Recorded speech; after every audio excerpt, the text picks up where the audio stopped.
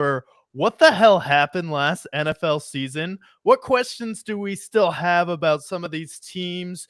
What do they need to do to get over the hump this year for us to really see it as a successful season? Then we're also going to go over the preseason this year, what happened in week 2. We currently have QB starters getting named. We have some NBA stuff to get to, as always, and potentially a review of the one and only Creed's concert and Post Malone. Literally. But we literally, Creed 24.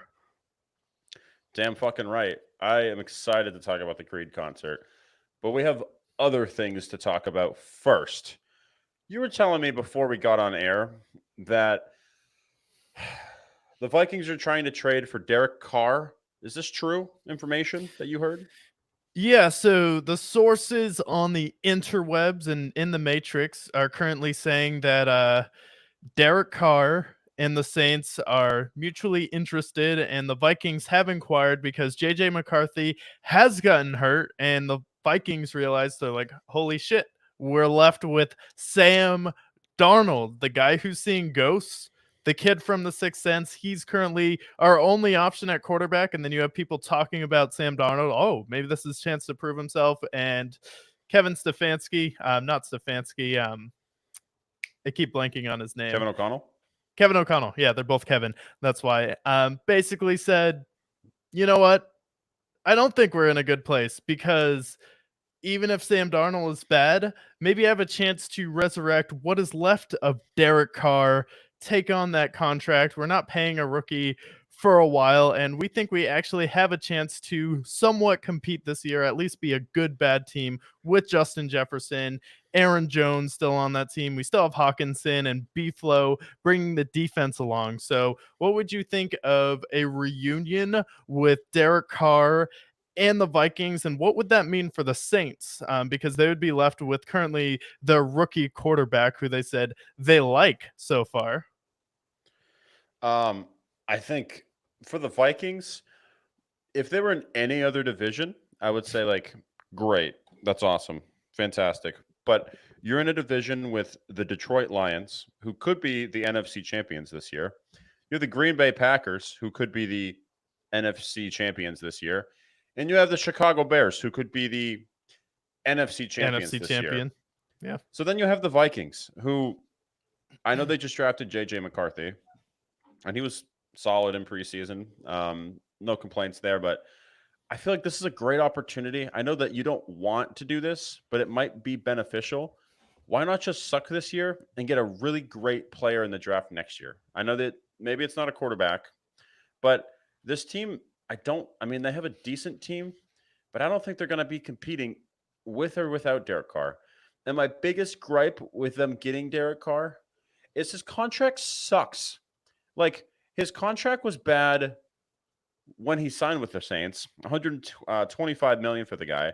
But because the Saints have been in salary cap hell since we were shitting in diapers, it's even worse now. Derek Carr's contract, in case you haven't looked, next year he's projected to have a $51 million cap hit. And in 2026, he's going to be making $50 million. That's a real number that he's going to be making. So I say to myself, why would the Vikings take that contract? They just signed Justin Jefferson. Their team is good enough. You'll be fine next year. Don't go after Derek Carr. He's not worth them, unless if the Saints are going to eat that contract. But why would you trade Derek Carr if you're not going to eat? Like, why would you do that? You're getting rid of him just for salary cap reasons. So, yeah, the reason you would do that, so for the Saints, you could get rid of him just to get him off the team if the team really isn't vibing with him, and if that's a distraction and it's a problem you've identified, that could be a reason you get rid of him. Especially for the Saints, they're a team that's definitely not going to be competing this year. Their head coach is probably going to get fired after the end of this season, and they're going to look to go in a new direction with drafting a quarterback, getting rid of Derek Carr, and then they're also in the situation where they can suck, where you look at the Vikings without Kirk Cousins. At one point, they were 7-6, had a real chance to make the playoffs that year with someone like Josh Dobbs playing. And what was the Vikings' number one problem last season? Didn't have a running back. Well, now you have Aaron Jones, and he's actually pretty good. You have TJ Hawkinson, he's really good, and the defense was getting better each week under B-Flow. So you look at all of those pieces together. If you're the Vikings, you look at the NFC, you're like, if we make it, there's a chance we could play potentially the Eagles or the Cowboys, or maybe the Tampa Bay Buccaneers or Falcons if they end up making the playoffs. So if we're able to at least get in the dance there, we think we actually have a chance to potentially win a playoff game with how dysfunctional some of those teams have been and just the NFC South in general being a very poor division. So you look at the Vikings, they're like, potentially we can make some noise, and we actually think we have a really good team to compete because we have arguably the best receiver in the game in our eyes. You do. You have great receivers. You have great tight ends. Your offense isn't the problem, but I don't believe in Derek Carr anymore. I don't think he's going to bring you over the top. Like the other divisions, like you have the Eagles, who I think will be good. The Cowboys have a good enough roster; they'll be competing. I think the Commanders could be competitive too. And then in the other divisions, you have the 49ers and Rams, who I think will be competitive. Um, like if you're in the South, I think it'd be a different story. But like for the Vikings, I just don't think they're going to be competitive. I like that might be like a good bad team, but I just don't think they're going to be great. With like Derek Carr just doesn't make their problems that much better. I don't think it doesn't move the needle much for me. Yeah, I don't think he makes his problem better, but at the same time, if you're a team that thinks you can compete a little bit, you see how Derek Carr finished the season last year on a hot streak. Same with the New Orleans Saints. And then you also look at, well, we have the pieces in place that we think are good enough to win, and we're holding it together with Josh Dobbs, with other backup quarterbacks, and we also went out there and we beat the boogeyman, which the 49ers happen to own, which is the San Francisco 49ers. Every time that the Vikings and Niners have met up, Kirk Cousins beat them without Justin Jefferson, and you have two really good receivers because let's not forget how good their second receiver, Jordan Addison, was last year. So this is a team that has real weapons. If you look at the Vikings and you're like, okay, who was Derek Carr's best running back last year? Taysom Hill. Who was his best tight end last year? Taysom Hill. Who was his best fullback last year? Taysom Hill. Who was his best offensive lineman? You guessed it, Taysom Hill. And then you're like, okay, Chris Olave made some good catches, but was Chris Olave even as good as Jordan Addison last year? Is he as good as Justin Jefferson? Do they have No. someone like TJ Hawkinson? Did they have someone with the brain power of Kevin O'Connell? I don't think so. I think it speaks to how bad the Saints are and how dysfunctional the Raiders have been over the past few years. He's supposed to get along with Josh McDaniels and John Gruden. Come on. That's true. He's had a really bad shake as far as destinations. The Raiders, who outside of the Browns, the last 25 years, Raiders have probably been the worst organization outside of that. If we're looking at like 2000 and on, and then the Saints, I think this really speaks to the Saints, honestly, and less about Derek Carr, I suppose. But like your contract, my biggest thing is the contract. Like the $50 million kills me. Like if they can find a way to like the Saints can eat the money, then fine. If it's like a Russell Wilson situation, but it's really not about Derek Carr, I guess. But the Saints, the fact that they've been in salary cap hell since we've been shitting in diapers is what's the problem? Like you're getting rid of Derek Carr not because Derek Carr is going to make your team worse, but because you have consistently overpaid for players. You've consistently continued to keep the old players who you had during fucking Bounty Gate, and this is a continued on. You really should have blown the team up when Drew Brees retired, but instead you're like, no, we're still really good. We have Michael Thomas. He's gone now, obviously. We have Taysom Hill, the Swiss Army knife that literally only the Saints care about. And then you have your defensive players who, we love Cam Jordan, friend of the show, dare I say. But Cam Jordan is what, 35 at this point? Their defense is only going to continuously get worse as they get older. Like that Saints roster is, if you look at their defense is fossilized. And now they're relying on Chase Young to be their savior. Like the Saints, I do think this year are going to be a bad team. Like it's about time that the Saints just implode. I do think that there's a scenario, and this is very bold. I think there's a scenario where the Panthers are better potentially. That's how bad I think the No. Saints can be. Yes. If they're going No to rely way. on Spencer Rattler to be their savior, if they trade Derek Carr, that is bogus. I think that Bryce Young might be small, but I do think Spencer Rattler is worse than Bryce Young. I think it's crazy.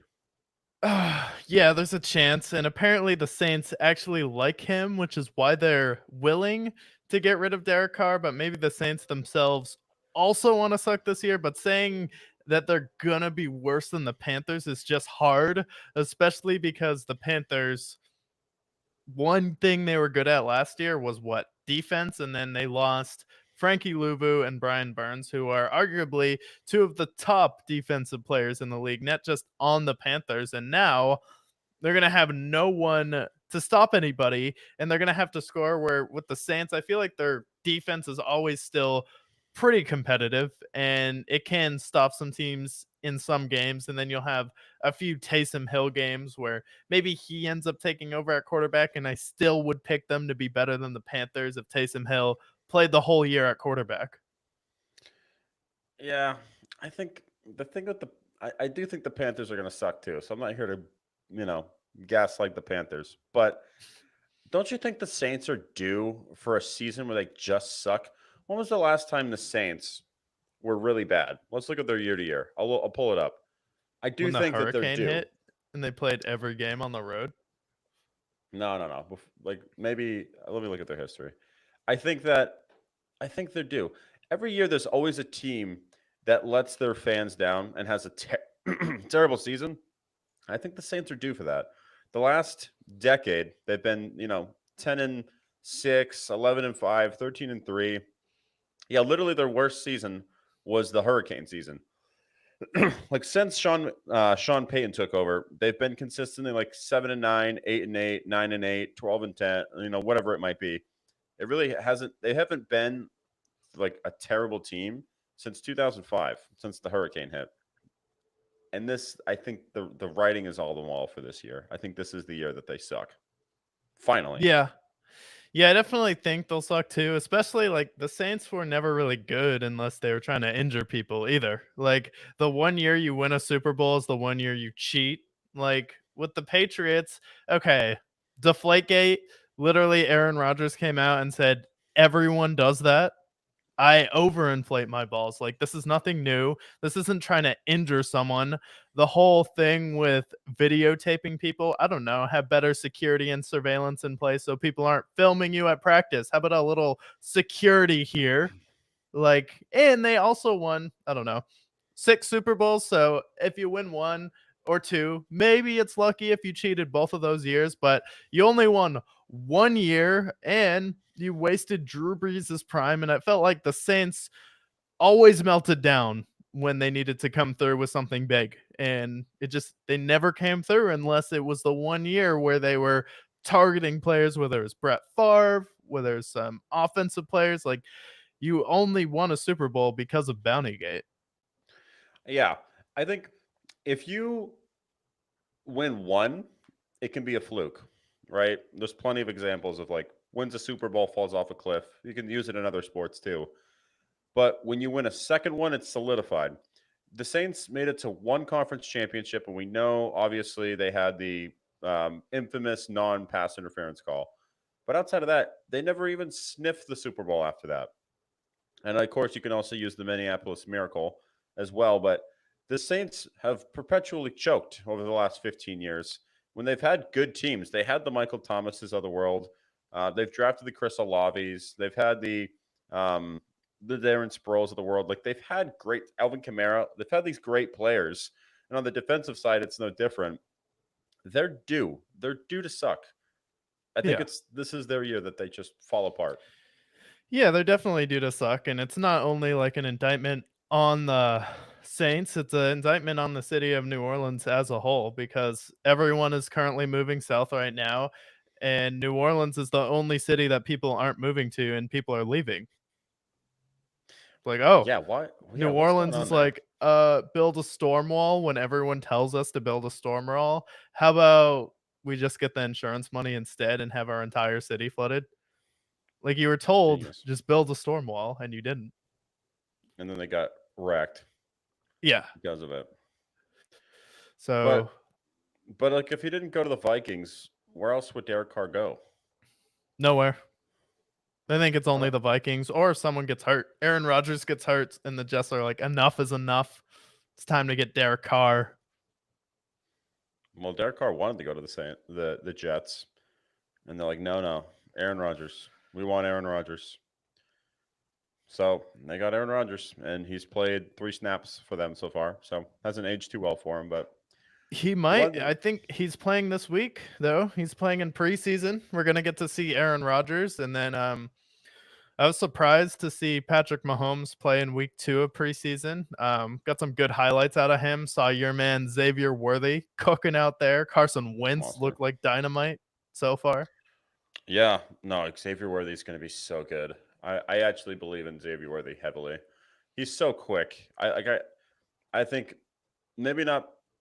I think he's definitely going to be. He'll fill in to be their like wide receiver 3 right now because obviously like Kelsey would be their 1 or 2, followed by Rashid Rice. Hollywood Brown's out, but I think he's going to step in and be effective right away. I think with the speed, if he can learn how to catch, unlike Kadarius Toney, what he was meant to be, then I do think that Xavier Worthy is going to be electric for them. Yeah, I think Xavier Worthy is going to be good. Like he's already showing flashes in preseason. Where was the guy they drafted like 2 or 3 years ago that we were just waiting for and Sky Moore. waiting for? Sky Moore. Yeah. So hopefully is what Sky Moore was supposed to be. And the fact that they traded with the Bills to get Xavier Worthy is a historical omen that they're going to be good. It's just one of those things where if 2 things in the universe coincide at this time, and in this scenario, it's when the Chiefs trade with the Bills, usually they screw them over and get the better side of the deal. Then I think he's going to be really good. And Bills fans don't like that logic because they're still salty that they missed out on Mahomes and took Josh Allen and he's turning the ball over. But it's just the way the NFL works. It's just like another example would be like the Patriots. If they draft a wide receiver and the very next pick, the Steelers also draft a wide receiver, chances are the Patriots took the wrong one and the Steelers picked the right one. That's happened with Tyquan Thornton. And I know there's more examples, but that's the one that comes to mind specifically. Tyquan Thornton versus George Pickens. Who's the better receiver? I think it's obvious. Certain things in the universe, it's like death, taxes, and the pursuit of happiness. I think that's what they say. So for this case, it's like the Bills traded with the Chiefs, so therefore it's going to go back to hurt the Bills and help the Chiefs. Keon Coleman, will he be the guy that they want him to be? I don't think he'll be as good as Xavier Worthy. They gave him No. literally the fastest player in the draft. They're like, you know what the Chiefs need? Speed. You know what last time we saw Mahomes with speed was? Record-setting numbers. 50 touchdowns when he had Tyreek Hill. And they're like, you know what? I think he needs it again. So I guess that's what we're going to get. Yeah, the Chiefs are going to be scary because I felt like their offense was kind of bad over the last few years. I'm like, okay, well, Tyreek Hill is gone. There's literally no one you can name in their receiver room, at least to a casual fan. We know who Sky Moore is. We know who Kadarius Toney is, but those guys are historical for being bad at football, not really good. And you had Mhm. Travis Kelce, so is just a scenario of if Mahomes wins this, then he can get rid of the whole Brady narrative while you had Tyreek Hill and Kelsey, and you actually went out there and won with a bunch of no names like Brady has done. And he did it not once, but he did it twice versus the Yeah. 49ers and then versus the Eagles, which both had a ton of weapons everywhere on defense and offense. So I think this Mhm. year the Chiefs are going to be even better. Yeah. And if they win their 3rd straight, then at that point, that's a notch that he has on Brady with the fact that they've had a three-peat. But as far as you mentioned that Aaron Rodgers will be in the preseason for this upcoming week. And this is the last week of the preseason before the football season actually begins. And so far, preseason hasn't really disappointed to this point. It's been really solid. But I mean, we've seen, whether it be some of the rookie quarterbacks, we've seen some players that we were excited to see, finally see them in real action. What are you most excited for when it comes to week 3 of the preseason? That the next week football starts. Honestly, Yeah. Especially, like, I'm excited to see how the rookies play. Obviously, I've watched all the highlights for each of these games, but for me, I feel like preseason is more of a feel out for your coach's personality and the head coach of the team with what he's talking about in practice, how he's playing like everyone. How much do you play your starters? How much are you playing your rookies?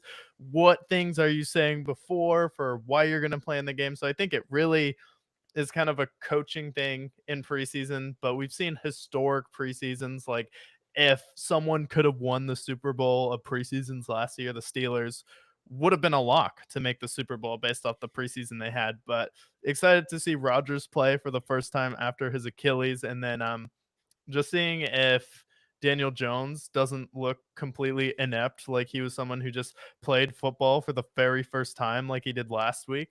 Like, I don't understand. How are you someone who he's going into his fifth or his sixth year? He was drafted in Sixth. 2019. Yeah, sixth Yeah, year. so he's going into his sixth year. I get you were injured, but you're playing in a preseason game. How do you make two of the dumbest plays I've ever seen? And your first pick, the first pass you made of this game also should have been a pick six. Like, this is preseason. You are a starter. You're the player that they invested their money in instead of Saquon Barkley. And now you just have Giants fans after that game reminded about how miserable their season is going to be. All 4 years, like every year that Daniel Jones has been a starter for the New York Giants, they have been in the bottom four in winning percentage since he's been a starter. Yeah, because I don't understand. This is something that I don't know if the Clintons are in on this. I don't know if the deep state, if BlackRock is in on this. How in the world does Daniel Jones have the amount of leverage that he has if for the city of New York, or shall I say East Rutherford, New Jersey? Or the Because Mara family.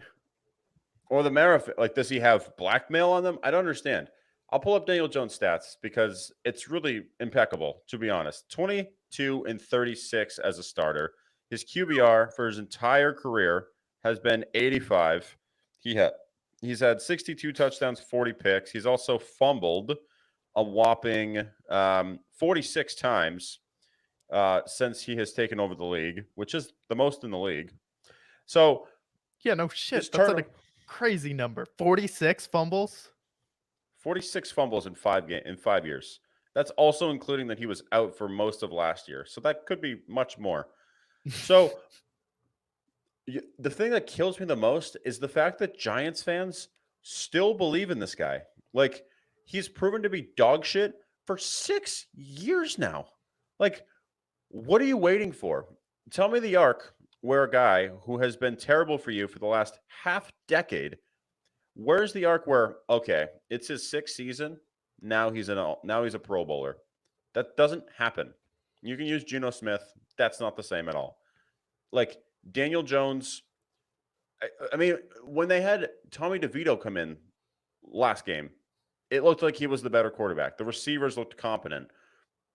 Who's the missing piece here? Is it Daniel Jones, who's dog shit, and he's the guy who's going to save your problems?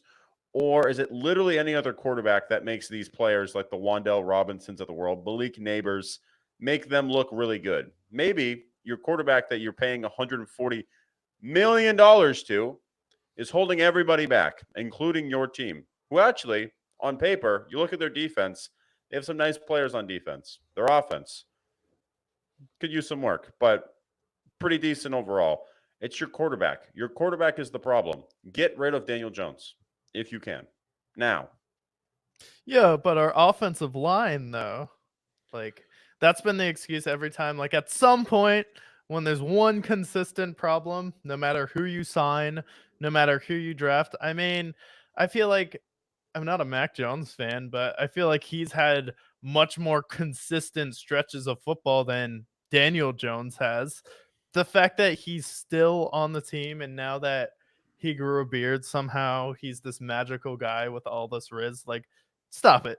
He looked that bad in week 2 of preseason. Like, I don't understand how it's even possible to be that bad unless you're a rookie taken in the 6th round. I mean, Kenny Pickett looked like a franchise quarterback. He looked like he was about to lead a team to a Super Bowl in the preseason last year. Yeah, he looked like the Steelers were due to be the team that was going to take down the Chiefs. But then reality sunk, preseason ended, and the real season began. Um, so the Giants, I think, they're a mess. Daniel Jones, I don't trust their run game. I don't trust anybody on that team. Allen Robinson's rotten over there too. God rest his soul. But I am excited to see more of the Patriots. You know, excited to see more of Drake May. Are they going to pick him? Are they going to pick Joe Milton? Are they going to pick Jacoby Brissett?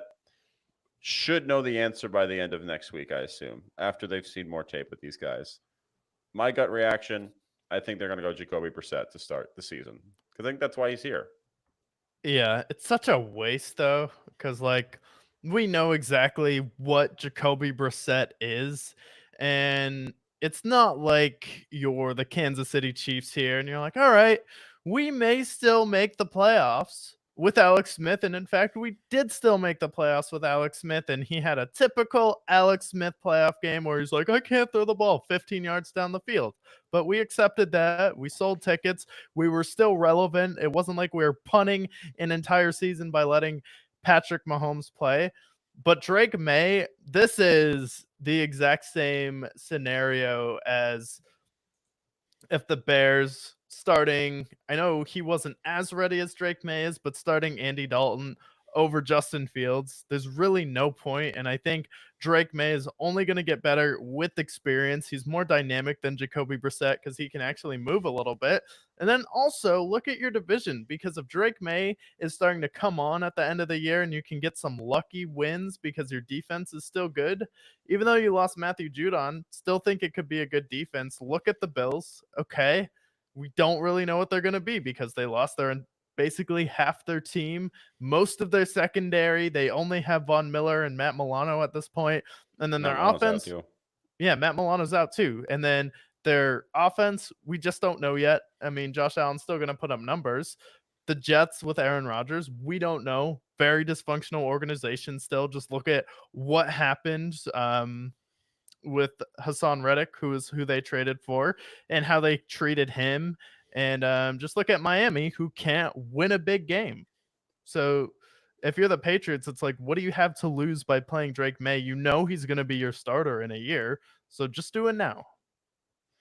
Yeah, I see what you mean. I know, like, I think it's just the nature of the NFL. Like, you give him more reps in practice, make him more comfortable with the offense. If you feel that as if he's not ready to take on the team, I think, you know, from what I saw in the game's last game, I think that he probably wouldn't hurt for him to sit here because I know he's not quite. I don't think he's quite polished yet. I feel like there's a lot of work to be done. But at the same time, the Patriots, what's their over under? Like 4.5 wins? Like they're not Yeah. expected to be good. So there's low expectations, honestly. And it's not like they're gonna scrap them after a year. We saw Josh Allen though, like he was clearly not ready his first not 1 but 2 years, and they put him out there. He showed some flashes. This be like if the Bills are like, "Oh yeah, we brought in Ryan Fitzpatrick and we're going to start him instead of Josh Allen." Like, no. You just put Josh Allen out there because he's someone who needs to get polished, and Drake May looks like he's a little bit more polished than Josh Allen was when he came into the league. Yeah. I think his rapport that he's building with Javon Baker is exciting for them.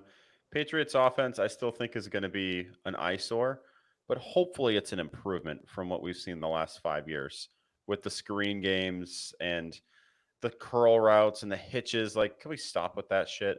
Like Drake May can throw it down, like throwing up the middle. I'm on the same side with you. I think that Drake May ultimately he will be the starter eventually.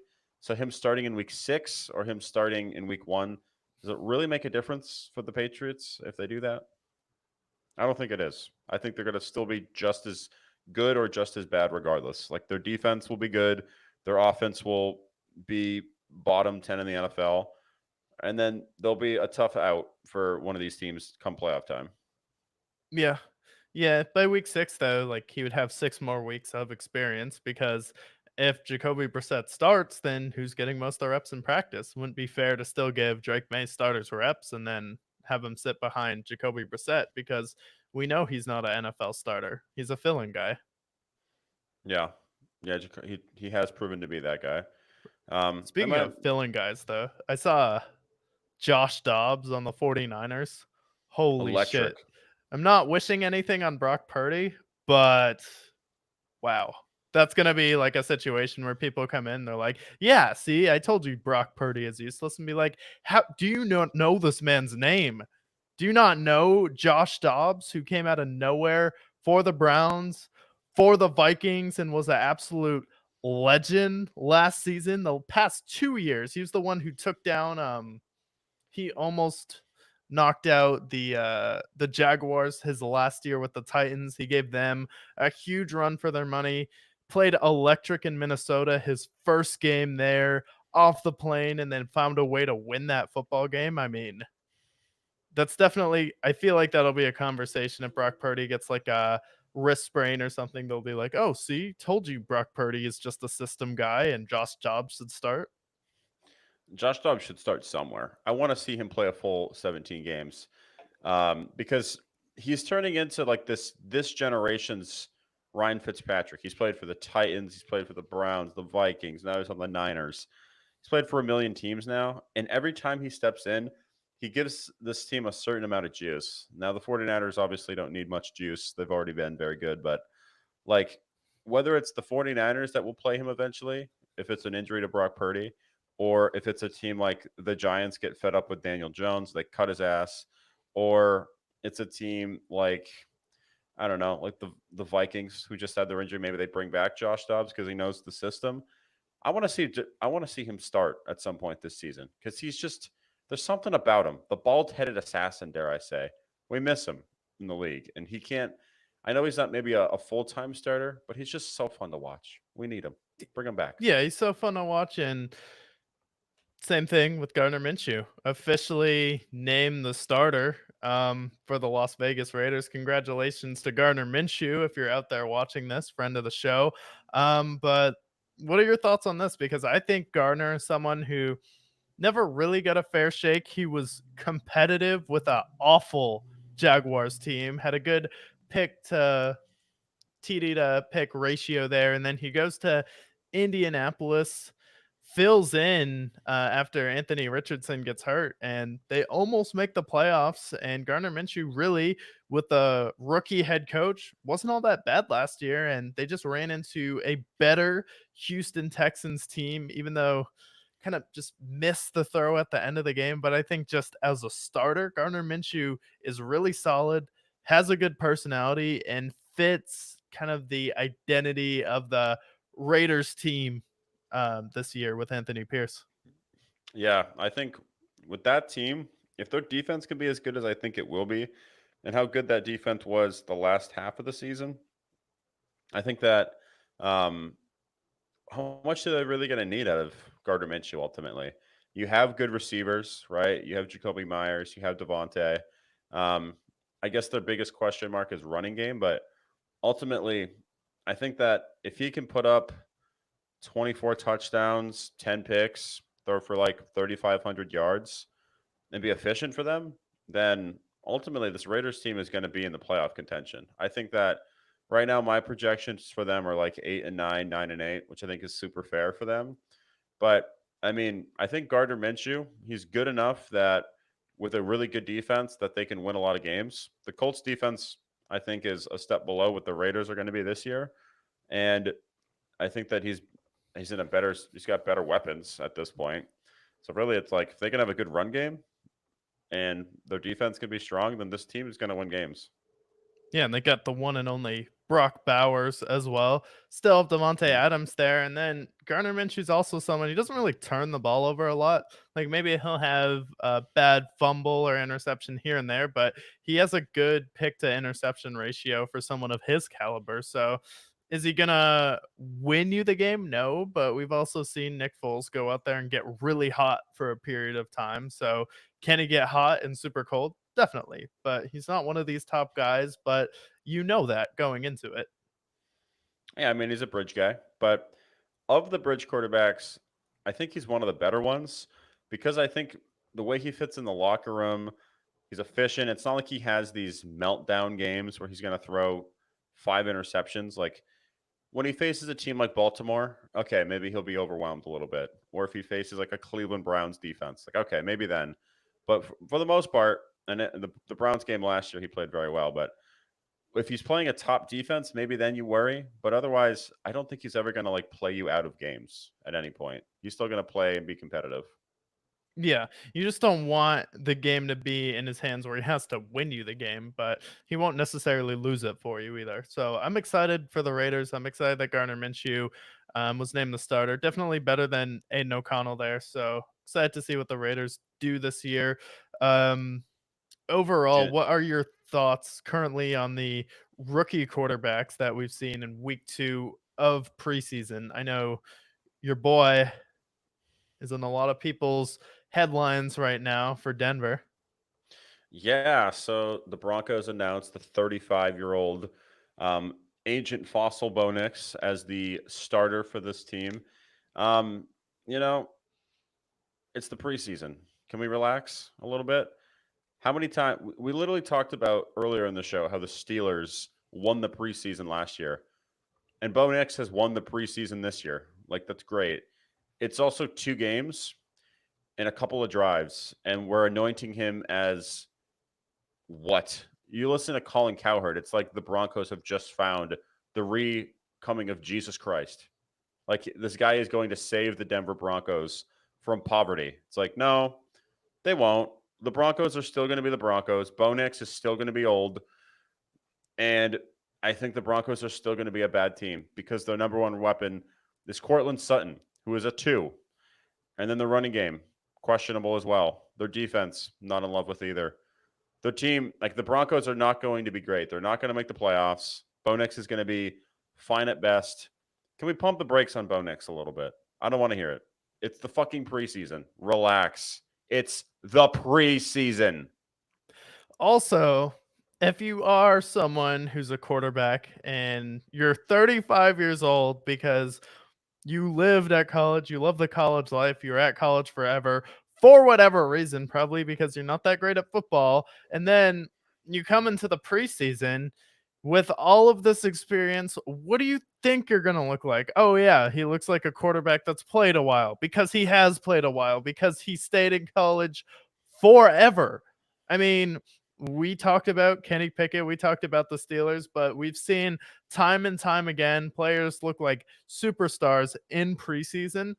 And the fact that major figureheads in the media are like, oh my God, Bo Nix looks really good. Like he's someone I'd be scared of just because they're friends with Sean Payton. Like it's disingenuous. It's a little problem with the analysis. Like he has looked good in preseason, but also no defensive coordinator is thinking about Bo Nix. They're thinking about, hey, this is the system we play. Can you be in position at the right time here? Where are you supposed to be right now? They're not scheming specifically for Bo Nix right now. So I think that party will be interrupted very fast. What can't be interrupted though is when you're running to your left, off balance, throwing the ball 40 yards down the field and dropping it in the bucket right where your receiver needs to catch it, which is exactly what Caleb Williams does. Like you can't teach Yeah. that. And watching that, people are like, how can you compare this guy to Patrick Mahomes? A la that throw right there and just his pocket awareness doesn't look like he's rattled at all. He looked like a veteran, and he frankly looked like Patrick Mahomes in that preseason game. And he just did certain throws he made are just things you can't teach, especially showing you can throw it off balance. His pocket presence is one thing, but he's not making routine, wide open, fit it in the window in the middle of the field. It's like, no, off balance, down the field, dart, right down the field to, oh yeah, my rookie draft mate, Roma Dunze, as well, who's an added weapon to this team. The thing is the media, they are bored with Caleb Williams already because everybody knows that Caleb Williams is going to be great already. Like he's been obvious for years now. He was the number 1 overall pick last year. He was the number 1 pick before then. And now he's going to step in for the Bears, who have honestly, if we're talking about a number 1 quarterback in the draft, he's got the best situation you could ask for outside of maybe head coach. You have your weapons, offensive line they've been working on, and their defense should be electric this year. And everyone's bored at this point. They're bored of already talking about Caleb Williams. So the hot take now is, oh, Bo Nix, this guy's so good because he's fucking 75 years old and he's a polished, young, experienced quarterback. No. Caleb Williams will be a top 10 quarterback by week 5 because he's already looking like a top 10 quarterback already Yeah. at this point. Yeah, he's already looking like a top 10 quarterback there, and it is preseason, but it's just the throws that he's making and the team he's going to have around him. And would I be surprised if we had a Bears Chiefs Super Bowl? No, not really. Would I be surprised if the NFL wants to set that up as a rivalry? Probably the best they have, Caleb Williams versus Patrick Mahomes.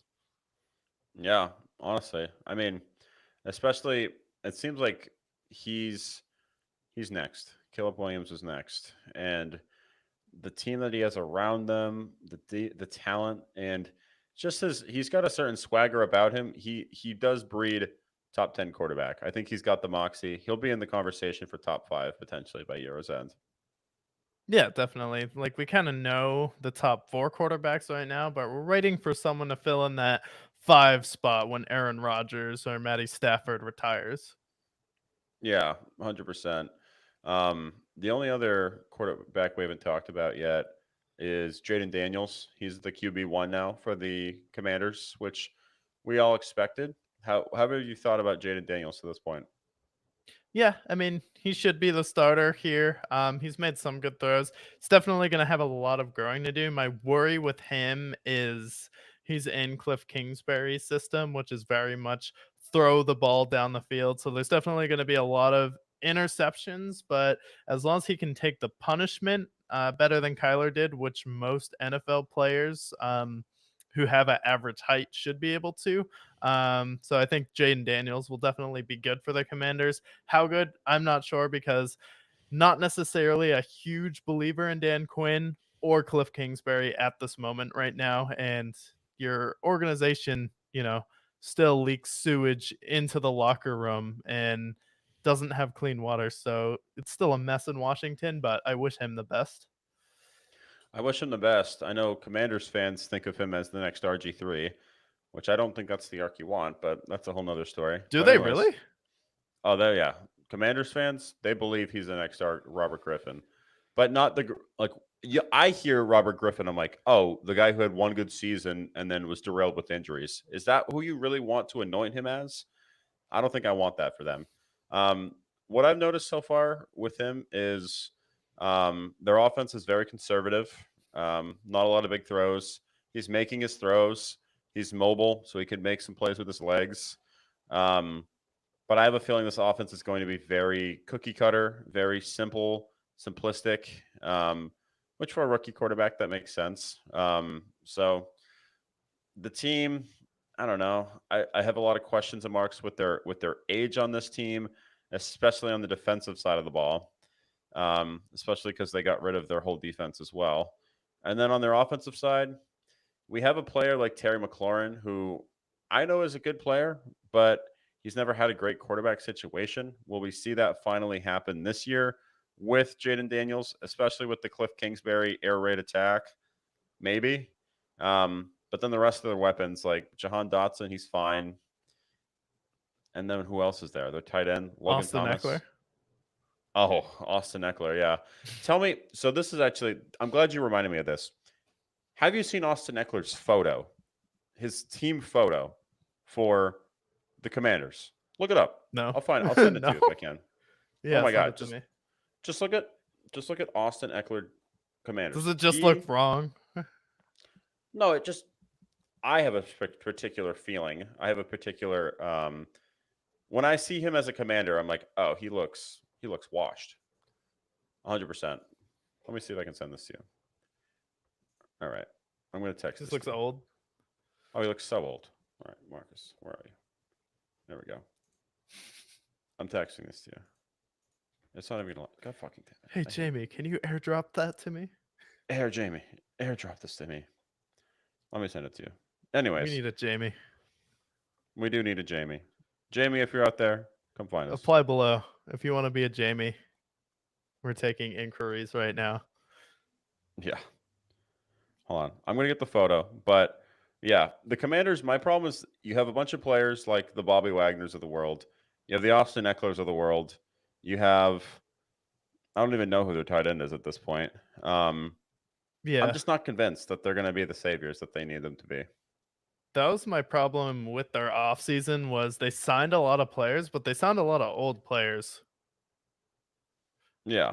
So I think Like, they're it gonna didn't give me suffer. too much hope. Like, they didn't get any studs in their prime right now. They get a lot of players who you may know over the past few years of watching football, but a lot of players who are out of their prime.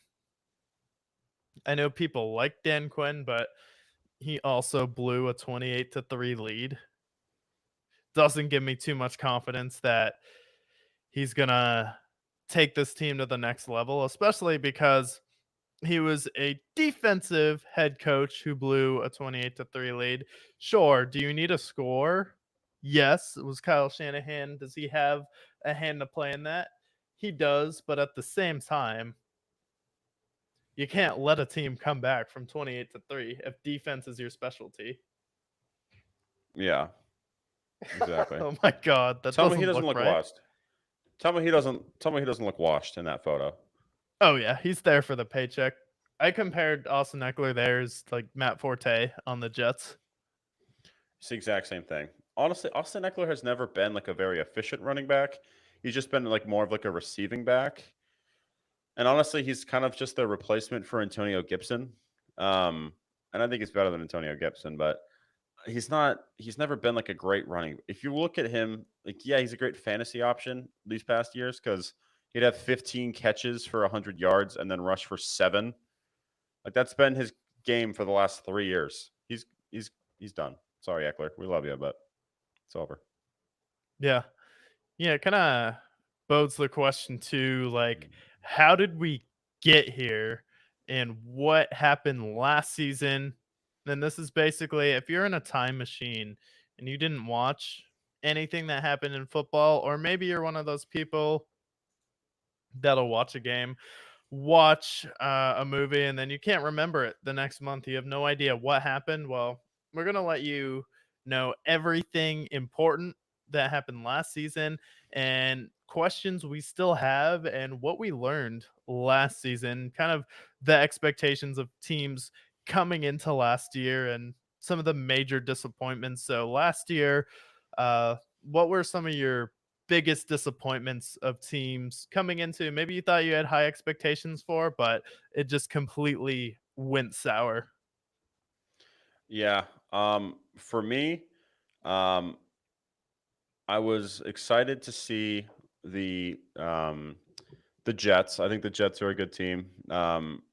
With Aaron Rodgers, they finally have their quarterback. Their defense looked really promising. They had Brees Hall, Garrett Wilson, big fan of them.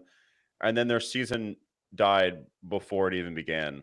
And from there, like you just saw Zach Wilson step up to the plate. You saw Tim Boyle. You saw all these god awful quarterbacks play for them. It's not necessarily their fault that they played as bad as they did, but it's also their fault for not having a strong backup and them keeping Zach Wilson on the team, thinking that he was going to hear Aaron Rodgers and become what he was supposed to be. I mean, you should have just let him go because instead you got a 7th round pick out of him. You could have got at least a fifth or 4th or 5th. So the Jets are a team that, like last year, you look at the season, you're like, okay, maybe they can take down the Bills in the games. They have the talent for it, but then their season immediately was just demolished. Yeah. Yeah, I agree with that because the Jets, I remember watching that Monday Night Football game and that amazing kickoff return. And that game, like, puts like something that we know about the Bills. And I think something we learned about the Bills is they're never going to win a Super Bowl with Sean McDermott as their head coach. Now, did the Bills have a disappointing season to their standards? No. But to the media's expectations of them, of Patrick Mahomes and Josh Allen being equals that they had the past few years, or the Bills being a team that would have dominated the Bengals, like, I think people think the Bills are smarter than they are, and they've always thought that they're better than they are. And we learned last season that that was finally exposed when you needed to get something done in the biggest moment, what happens? You miss the kick. It's like you can't make this up, and then you have multiple games that Josh Allen lost for you. I mean, how do you lose to the Denver Broncos? Like, you had a situation where the Bills at one point, I believe they were like 5-6 last year, and they came back and just barely made the playoffs. But I think we learned that the Bills can't win the big game versus the Kansas City Chiefs, and they never will as long as Sean McDermott is the head coach there, and you're spending money on players like Von Miller to be your savior when it's not just one guy that comes in and turns your defense around and takes you to the next level. Yeah, the Bills were super disappointing. They were 5-6, 6-6. They did rally at the end of the season, but the reason why they won their division was because the Dolphins also imploded. So the Dolphins proved to us in the AFC that they're pretenders. Which going into the season, we saw they had Tyreek Hill, Jalen Waddle. They drafted Devon A. Chain, and they grabbed a bunch of players on defense. But the Dolphins, they started hot, 7-4, and then they just completely collapsed. They couldn't beat a single winning team. In fact, Tua has never beaten a winning team outside of the Dallas Cowboys, who have the same That problem doesn't count. as the Dolphins do. Yeah, exactly. Um, so the Dolphins proved like they're never going to win a playoff game. Maybe they win a playoff game and they beat a bad team, but they're not going to go anywhere in the playoffs ever with that team. That team's just going to implode and they're going to suck in the next 2 or 3 years. You know, it's crazy too why they didn't play the Steelers was because they lost to the Titans. They blew a 10-point lead on Monday Night Football with like 5 minutes left to go. And I 14. think It they was a 14-point lead. 14-point lead, yeah, to Will Levis, the mayonnaise guy on Monday Night Football. Oh, you're in Tennessee. It was a tough road environment. Oh no, you were at home. And that was the reason why you had to face the Bills the last game of the year. If not, you could have just beaten the Titans and you still would have been able to go out there and play the lowly Steelers. Who, like, speak of the Steelers, one take that's always the bad hot take every preseason because everyone has it is the Steelers are going to have a losing season. If they didn't have a losing season last year, I mean, my God, when's it going to happen? It's like Mike Tomlin's going to rig the game so they tie just so they don't have a losing season. It's completely bizarre when you have someone like Kenny Pickett. You had Mason Rudolph playing, some of the worst quarterbacks in the league, perennial backups where Kenny Pickett can't figure out how to throw a touchdown, Najee Harris being perpetually disappointing, the difference in when TJ Watt is and isn't on the field. But now I'm just convinced that he'll never have a losing season. It's like the NFL won't allow it to happen. No.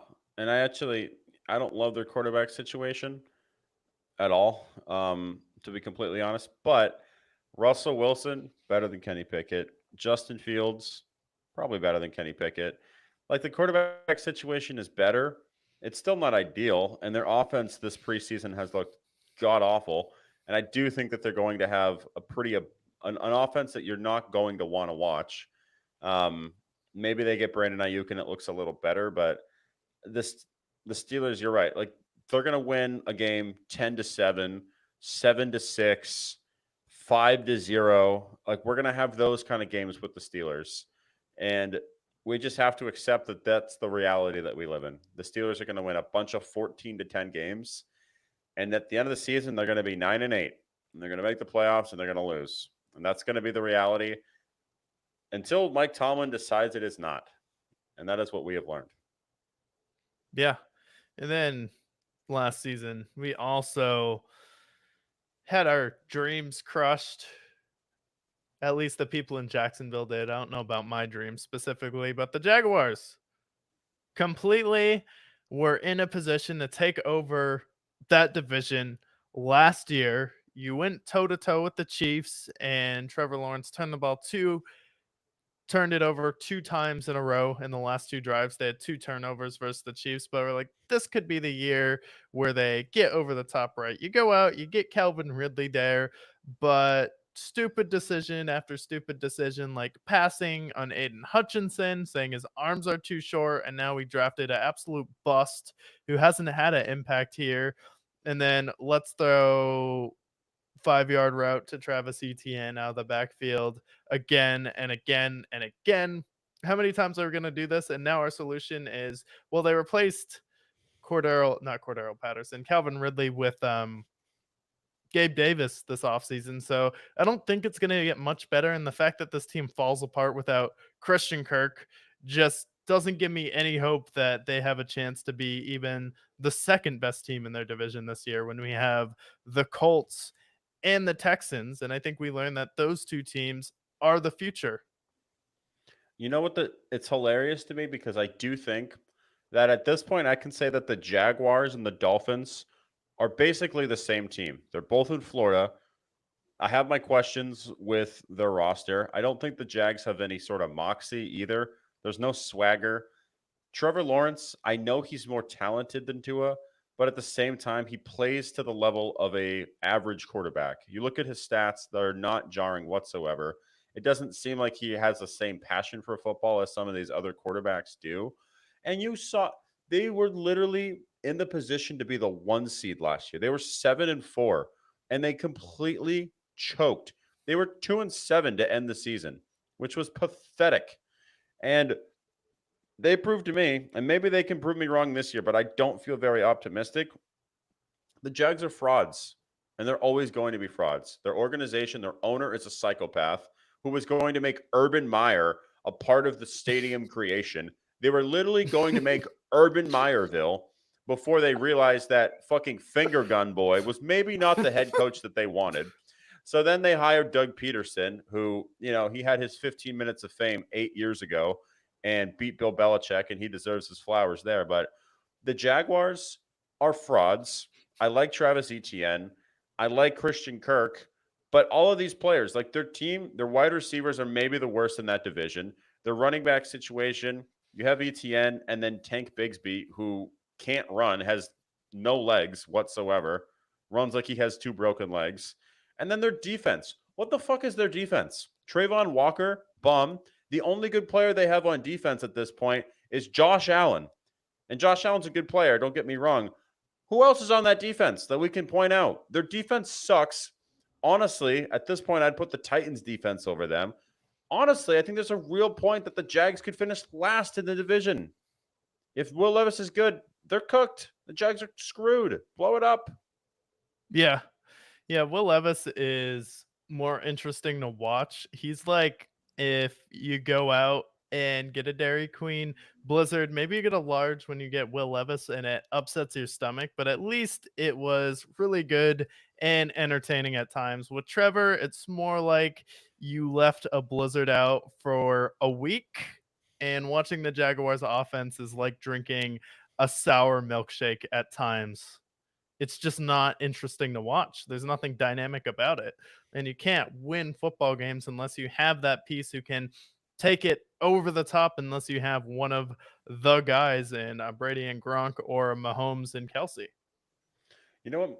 For me, Trevor Lawrence is the Najee Harris of quarterbacks because you see it, or even maybe a George Pickens.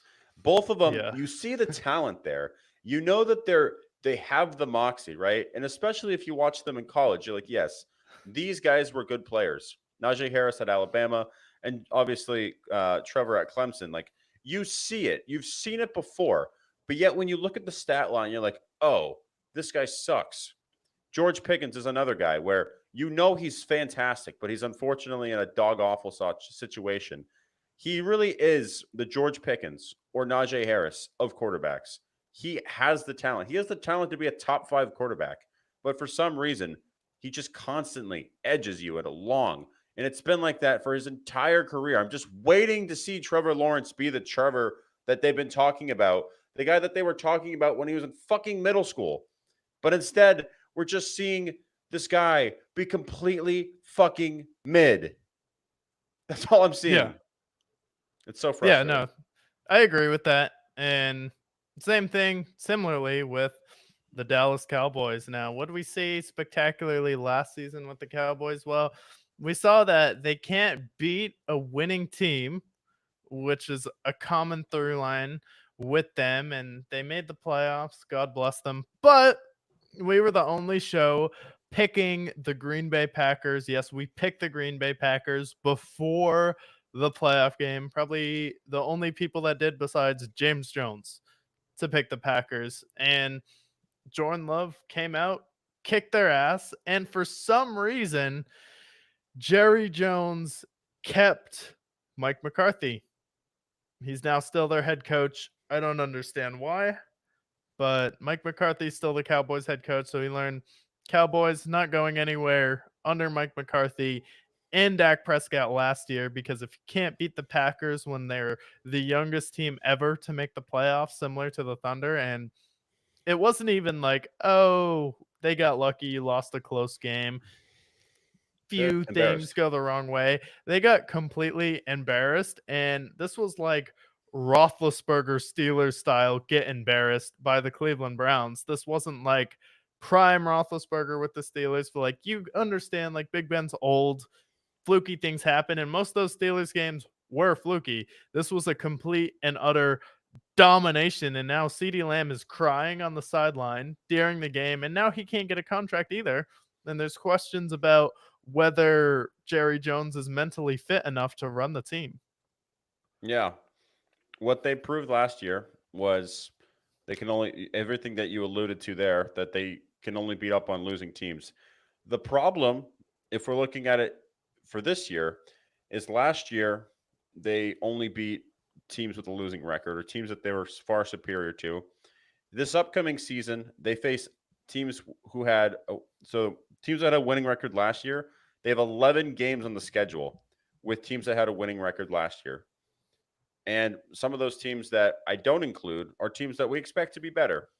So between Mike McCarthy having a massive meltdown in that game against his former team, by the way, you would think that your team that you're rallying each and every week would want to play competitively, because this is a team that let you go because they didn't think that you were modern enough for the NFL. So you had to go to Jerry World and lie to Jerry Jones and say that the analytics, that you've done all this research and you're the analytic god. They hire you, and in the interview press conference, you say, "Oh, psych, just kidding." And then you go about this season now. You have CeeDee Lamb, who's pissed because he is a top 5 wide receiver and he wants top 5 wide receiver money. And Jerry Jones is having Joe Bidenisms in the press conferences. So between Mike McCarthy's massive choke job, between them only beating bad teams last year, between their team also getting worse because they went from Tony Pollard to Zeke Freak this year, and fucking Rico Doidle is going to be their backup running back. It's like, how in the world is this a hot take at this point? Like, it makes no sense to me. The Cowboys got worse. There's more tension in the locker room because not just their franchise quarterback, Dak Prescott, not just their franchise wide receiver, CeeDee Lamb, but also on the other side of the ball, Micah Parsons wants his money. And all three of them don't have their money. And all three of them, to some extent, deserve the money to some extent. So I do think that there's going to be tension in the locker room. They're not going to have an easy of a schedule because they start the season with the Browns, and then they're going to beat the Saints because the Saints are dog shit. But then it's the Ravens. The Giants, they suck too. But then it's the Steelers, who always give them trouble. The Lions, the 49ers, the Falcons, the Eagles, the Texans, the Commanders, who always give them trouble. They face the Bengals. They face the Bucks. They face the Eagles again. Like, their schedule this year is not easy. And we saw what happened to the Chargers last year after the 27-0 game. Although it might not be the same as the 27-0 game, because I don't think there's any game that's more pathetic than that game for one particular franchise, that being the Chargers. We saw how much they were a shell of themselves last year. And I know they had injuries, but you can't just have a 12-5 season and be anointed as the Super Bowl favorites and then go out and get embarrassed by a guy who was sitting on the bench for 4 years before he started playing. The Cowboys are toast. The Cowboys are going to suck next year. Yeah. Yeah, I think the Cowboys definitely going to take a step back. Agree with everything you said there. But the Cowboys look around, they say, hey, we didn't have a run game last year. except for Tony Pollard. Now Tony Pollard is gone, even though he wasn't the most spectacular running back in the world. No, we should do not add anything at any important positions. But the Philadelphia Eagles started 11-0 last year, had a complete meltdown, and they realized DeAndre Swift is only good for half the season. Like the rest of the NFL already knew that.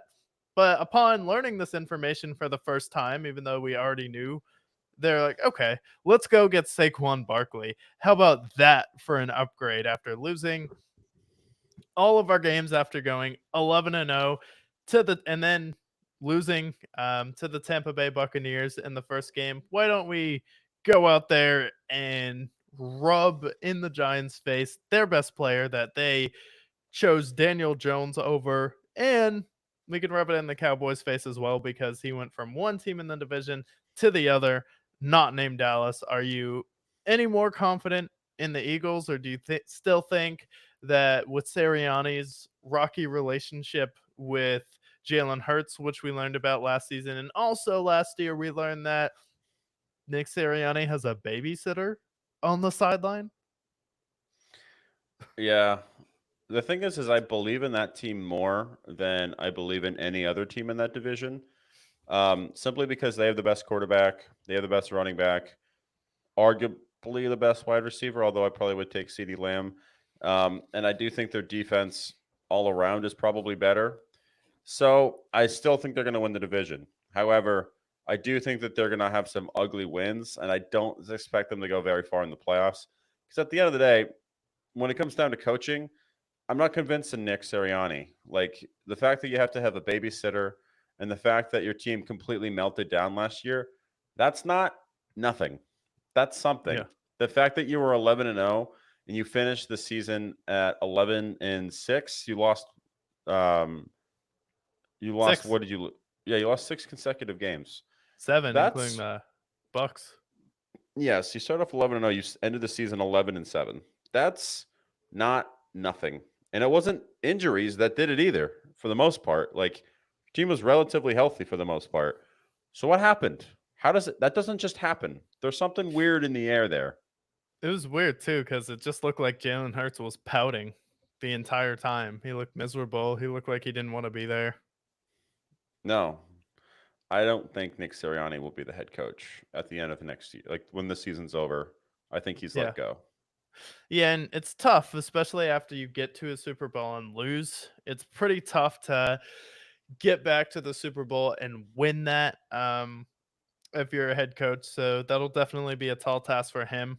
But the Chargers were a team last year um, that we said, hey, maybe fire the guy who blew a 27-3 lead. Like I don't understand why he's still back. And you know what 27 it took? nothing. You know what it took for them to fire him? What A would it take? 60-point loss. Yeah, not 6 points, not 16. And this is even bad for an NBA game. 60. You lost by 60 points to the Raiders. And they're Oh finally yeah. like, oh, maybe this guy isn't a good head coach. Like, uh, yeah, we all told you that after you blew a 27-3 lead versus the Jaguars to Trevor Lawrence, who just threw 4 interceptions. And your guy, again, same thing with Dan Quinn, defensive guy, defensive brain. Come on, man. Yeah, the guy that they anointed the Sean McVay of defense. That was the guy that they anointed him as with the Chargers. And honestly, I mean, this is what the Chargers needed. If they're going to end up restarting with Jim Harbaugh, they needed to start at rock bottom. And boy, did they end at rock bottom. Not only was Justin Herbert banged up, not only was basically their entire team banged up, but they were also terrible. Like they, at the end of the season, they ended up losing the last 5. They couldn't even beat the Patriots when the Patriots couldn't score more than 6 points a game. Like Chargers were terrible last year. Now that's basically what you can summarize it with. Herbert was banged up. Their defense was banged up, and they also learned like, oh wait, if your team blows a 27-0 lead, that's not the head coach you want to bring back for next year to get the crowd motivated. Because maybe That's not a very good coach, but the Chargers, they have to learn the most painful way possible because apparently their fans have not been through enough torture. What crowd do they have to get motivated? The opposing fans that show up to the arena? The Chargers don't have fans. They have tens of fans that care that's showing They up. have tens of fans. Yeah, I was confused. Like, I didn't realize the Chargers had a fan base to get motivated. I thought it was just people on vacation in LA catching their team play. Hey, cheap tickets, ultimately. Even in LA, tickets for like $40. That's how you become That's a not Chargers bad. fan. Yeah, I can't wait to bring binoculars to the game. Yeah. But It's gonna be they're gonna what else happened? Oh yeah, the Broncos. Russell Wilson finally gets the head coach, Sean Payton, who he's always wanted. And they were pretty bad for the most part. Their offense, they end up benching Russell Wilson the last 6 weeks of the season. Completely just goes on a shaming spree with just pretty much calling out Russell Wilson at every given turn, and eventually cutting him for the biggest dead cap hit in the history of the NFL. That is the summary of the Broncos. Am I yeah, missing anything? classic don't meet your heroes, kids. Russell Wilson. I'm so excited to play with Sean Payton. We should fire Pete Carroll. Seattle says, are you insane? We want to do that in 2 years, not when you're still on the team. We're not going to let you tell us what to do. But after that, Russell Wilson goes and meets his hero, Sean Payton. And it turns out his hero absolutely despises everything about him. And he called him out for stuff that Drew Brees did. Russ immediately started, yeah, he doesn't need to be kissing babies. He's not the president here.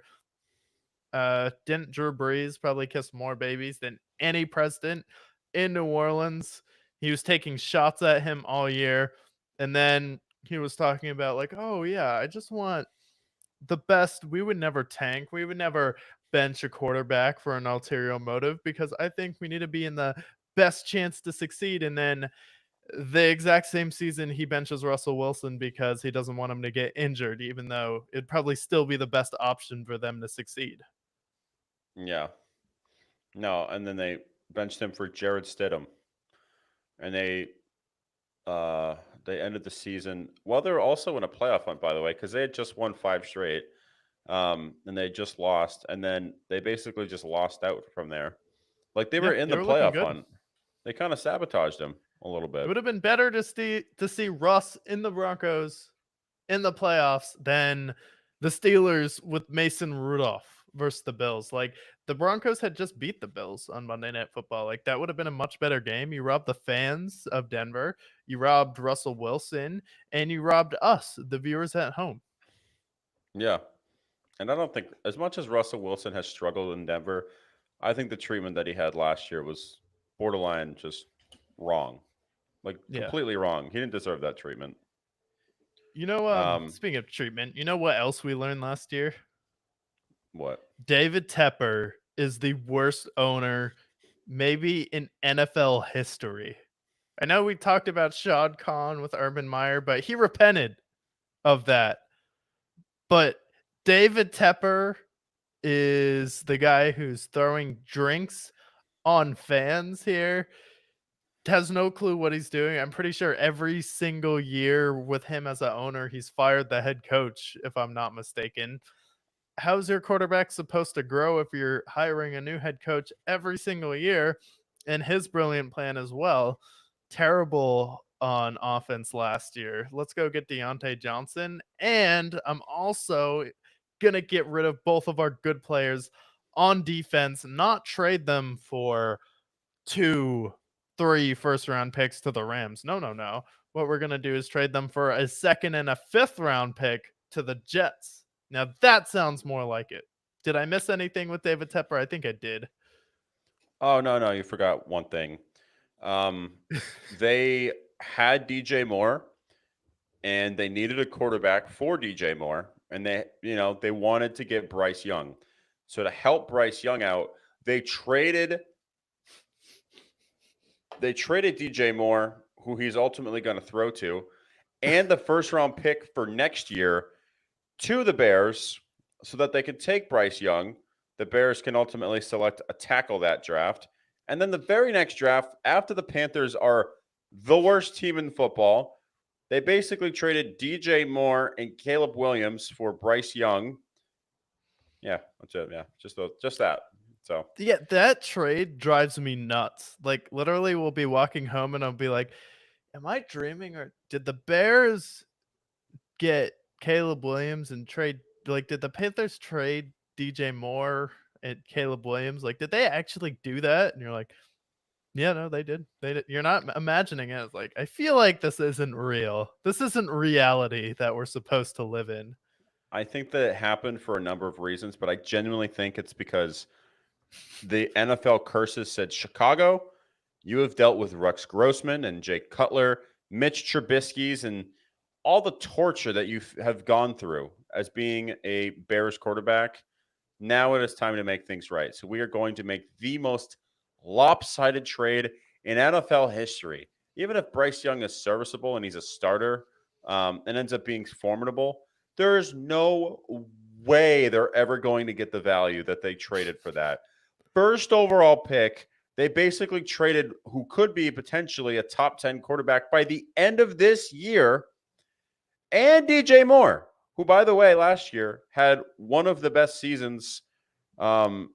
I think he was an all, I'm pretty sure he was like an all pro player. Let me see what his numbers were. I think he had like over 100 and yeah, he had 96 catches, 1,400 yards, 8 touchdowns for the Bears last year. And that was with Justin Fields, who cannot throw the football and he cannot process information at a high level. That's not an insult that I said. That's an insult that Justin Fields said. Yeah. And that's a real trade. That's a trade that I think we need to continue to remind the Panthers fans and the rest of the NFL that, like, miracles do happen. The Bears, they broke the curse, and the Panthers, they didn't shoot themselves in the foot. They shot themselves with a bazooka at that point. Straight up blew their dick off. Quite literally. Other things that we might have missed. Speaking of curses getting broken, like, you're talking about the Bears, maybe the NFL gods are like, you dealt with all this. Last year, we learned the Lions aren't the same old Lions anymore. They went out there and won 13 games. I know they technically won 12, but they definitely won that Dallas Cowboys game. It was robbed, and if you didn't see that game last year, Cowboys called in a favor for the refs, and the refs handed the Lions a game where, what was that, a phantom pass interference call that wasn't there? No, it was somebody didn't report. It was some like illegal men downfield. But you literally saw Taylor Decker go to the refs and report himself, and they didn't call it. Yeah, so they won 13 games last year, the most in Lions history, and got to the conference championship. Still a young team. I think we're going to build some momentum on that. But yeah, the Lions aren't the same old Lions. So if you were in a coma for a year watching this for the first time, look out for the Lions again this year. Pretty much the entire NFC North, I think, is going to be frisky as well. I think that it's going to be like the AFC North, honestly. I think everyone's going to be competitive.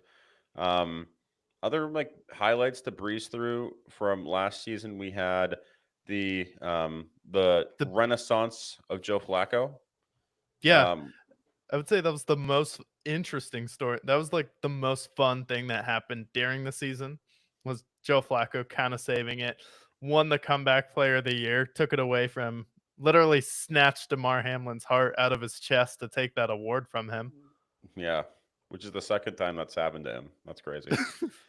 Crazy. And then let's see, CJ Stroud completely flipped the state of Texas. They went from blue to red, and now they're officially a Texans state after CJ Stroud anointed himself already in the conversation for a top 5 quarterback. The Texans then in this offseason said, let's take Stephon Diggs on. Maybe let's sign Danielle Hunter, who has been a perennial Pro Bowler / also league leader in sacks. Why don't we get him on our team? Let's also get Joe Mixon, because who cares about Devin Singletary and Damian Pierce? Let's take Joe Mixon. Yeah, I think, yeah, we learned about CJ Stroud. we still have questions about the Colts, but Anthony Richardson showed flashes. Shane Steichen looks like a really good head coach right now, but I think the biggest thing we learned is that the 49ers are this era's Buffalo Bills. There is no ifs, ands, or buts about it. Sure, would I be surprised if they got back to a Super Bowl this year? Maybe because the Super Bowl hangover, but over the next few years, if they made it back to 4 Super Bowls and lost all 4 of them, would I be surprised? Absolutely not. And if you told me that they're going to make it to 4 Super Bowls in the next few years, would I pick them to win anything if it was with $1 million on the line? Will they win a Super Bowl if they get back 2 more times under Kyle Shanahan? An emphatic no, because Kyle Shanahan, time and time again, has proven he will blow a lead. He will forget what overtime rules are. You're up 10. Okay, take it home. You literally have the most kick ass defense in the league that year. The very next year, well, you're in Atlanta, you go 28-3, and then you get back to the Super Bowl with Brock Purdy, and you don't run the ball on first down. How many times with Christian McCaffrey? And then by the time you run the ball, you're behind the chains repeatedly in that game, and you forgot how overtime works. So I think we learned that the 49ers and Kyle Shanahan going to be this era's Buffalo Bills. I do not think that the 49ers will ever break through and win a Super Bowl. Not going to happen. Yeah, I don't think they will either. Especially we have I think when history repeats itself enough times, at that point we can point and say, yeah, maybe this won't happen. He's proven it with Atlanta. He's proven it with these 2 Super Bowls. And I also think that this team, like, we have the Brandon Ayuk situation, which is a nightmare. That's a whole nother conversation. But everybody that you're paying, like at some point, you're going to run out of salary to pay people. You're going to run out of money, and you're going to have to get rid of these players, especially when Brock Purdy demands the money that he will ultimately demand 3 years down the line. This team's going to implode, and when it implodes, they're going to be really bad because they've traded all this draft capital to win now, and ultimately, I think it. I think not this year, but I think maybe next year is the year that you start to see the Niners really take a dive. Yeah, definitely. And maybe Kyle Shanahan has an Andy Reid arc because it was the same exact knock on Andy Reid. And I actually think their careers have a lot of similar narratives when you look at it. And it'll definitely be interesting to see how it plays out. But, you know, if the Bears head coach, I'm blanking on his name right now. Eberflus. Yeah, if Matt Eberflus gets fired next year because the Bears are disappointing, maybe for whatever reason, you don't think Kyle Shanahan's looking at that like, hey, Caleb Williams, I saw what happened to Reed when he got Patrick Mahomes. You don't think Kyle Shanahan's like, maybe I should be in Chicago, have a guy who can actually throw, or Yeah, maybe they trade the house for Arch Manning because that's the only way that they're going to win a Super Bowl. But if you told me who do you think's more likely to win a Super Bowl in that division next year, I would take the Rams, to be honest. yeah. I mean, I think Sean McVay has proven to be the better of the two. He's proven that time and time again. And I also think the Rams are way more. The only thing I'm really worried about with the Rams is their defense. Their offense, they got a really good running back. They have 2 really good wide receivers. And you have the best offensive minded head coach outside of Andy Reid in the league. So the Rams proved that they can draft studs. And it already looks like they hit on another draft pick, another wide receiver. So at this point, I think it's safe to say that they know how to draft well. So yeah, I think the Rams are out. I think they have way more chance to make it. Yeah, which was a question we had because the Rams hadn't, what had been like 5 years since they actually had a draft pick. Correct me if I'm It wrong, but it I think it it was last year was the first year that Sean McVay actually drafted a player. it was the first time that they drafted had a first round pick in like 6 years. Something Yeah. crazy like that. It's a crazy stat line. Yeah. And then I think the only other thing is Lamar couldn't Yeah, get it done. it's two. Won won the MVP though. Back to back MVP, kind of put himself, hey, I have the right to say I'm the second best quarterback in the league outside of Patrick Mahomes. Yeah, I mean this past conversation, we had the two narratives that came from these top 5 quarterbacks. We had Lamar Jackson won his second MVP, so now I think it's the right thing to do to put him at number 2. He did finally have like a good playoff game against the Texans, and then he had a perfect opportunity to beat the Chiefs, and he failed. And it was his fault. Let's be honest. Um, but he still should be a point in the top 5. And then the last thing was Joe Burrow. He got hurt again. So will that be his narrative? Will he be that guy? Will he be healthy? Those are the two narratives that I've seen. Yeah, it's sad. I'm worried about Joe Burrow, but hopefully gets back on track. But it's definitely a concern with Burrow. If he gets hurt again this year, full on panic mode if I'm the Cincinnati Bengals, because then you're looking at, would it be 2 out of the 5 years that he's been healthy, 3 out and he of was well, pretty and he was yeah. pretty banged up in the Chiefs game where they played in the conference championship. Got his head taken off versus the Rams. Yeah. Even in the seasons he's been fully healthy, he's still been banged up. He's been sacked. I don't know if you ever saw the stat, but through his first 5 years, Andrew Luck got sacked 110 times, which is a lot. Poor guy. And Joe Burrow, through his first 5 years, has been sacked 148 times. Jesus. Yeah, so he's on pay. And obviously, we know what happened to Andrew Luck. I don't think Joe Burrow would do the same, but at the same time, if you're just constantly getting hurt, like, how much is football fun at that point?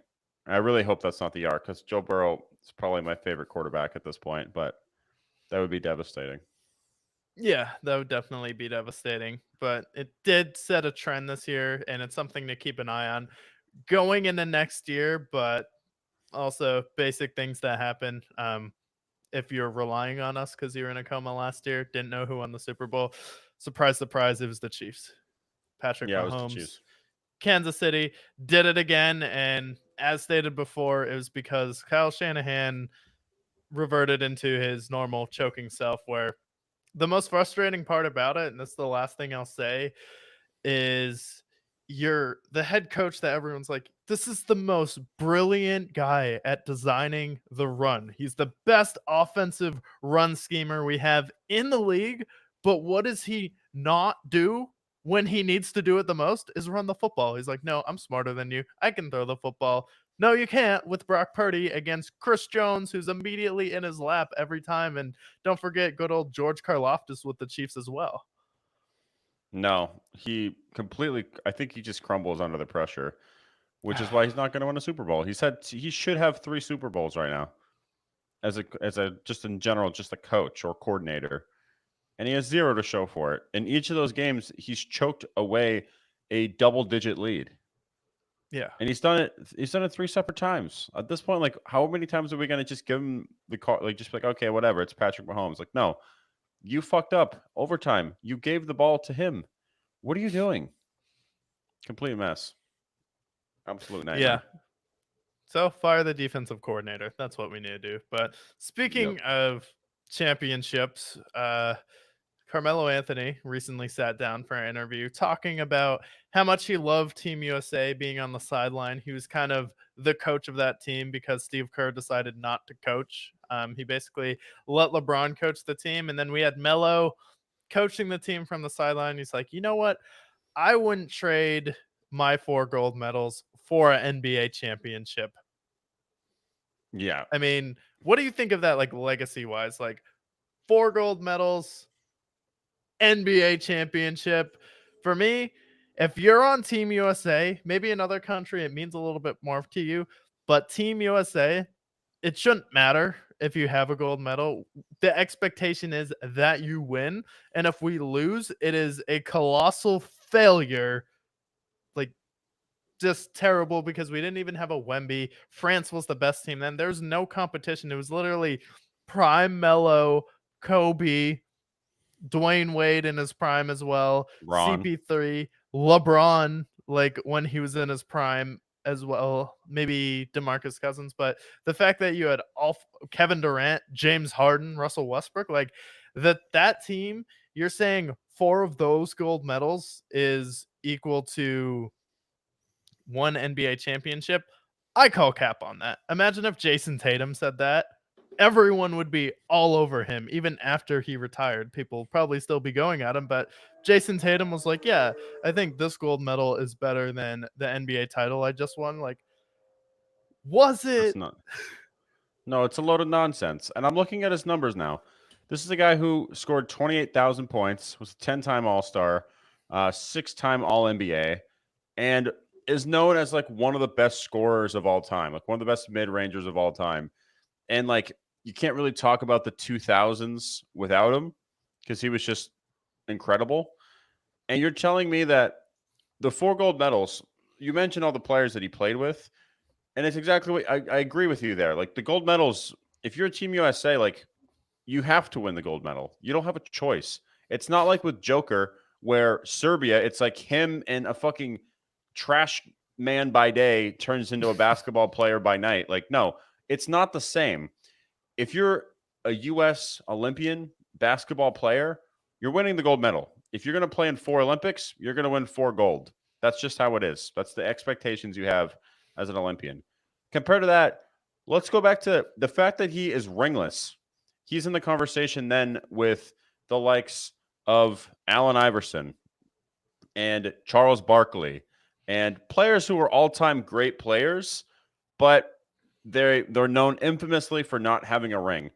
Carmelo Anthony, if he has even just 1 ring, he's removed the conversation from being in the Allen Iverson conversation. He's above the likes of the Tracy McGrady's, and he's in a more prestigious class of winners at that point.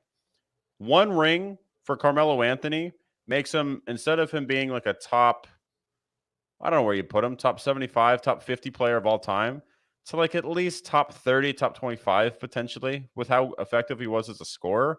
You can put him wherever you want, but 1 ring alone elevates him at least 15 to 20 positions on the all-time list.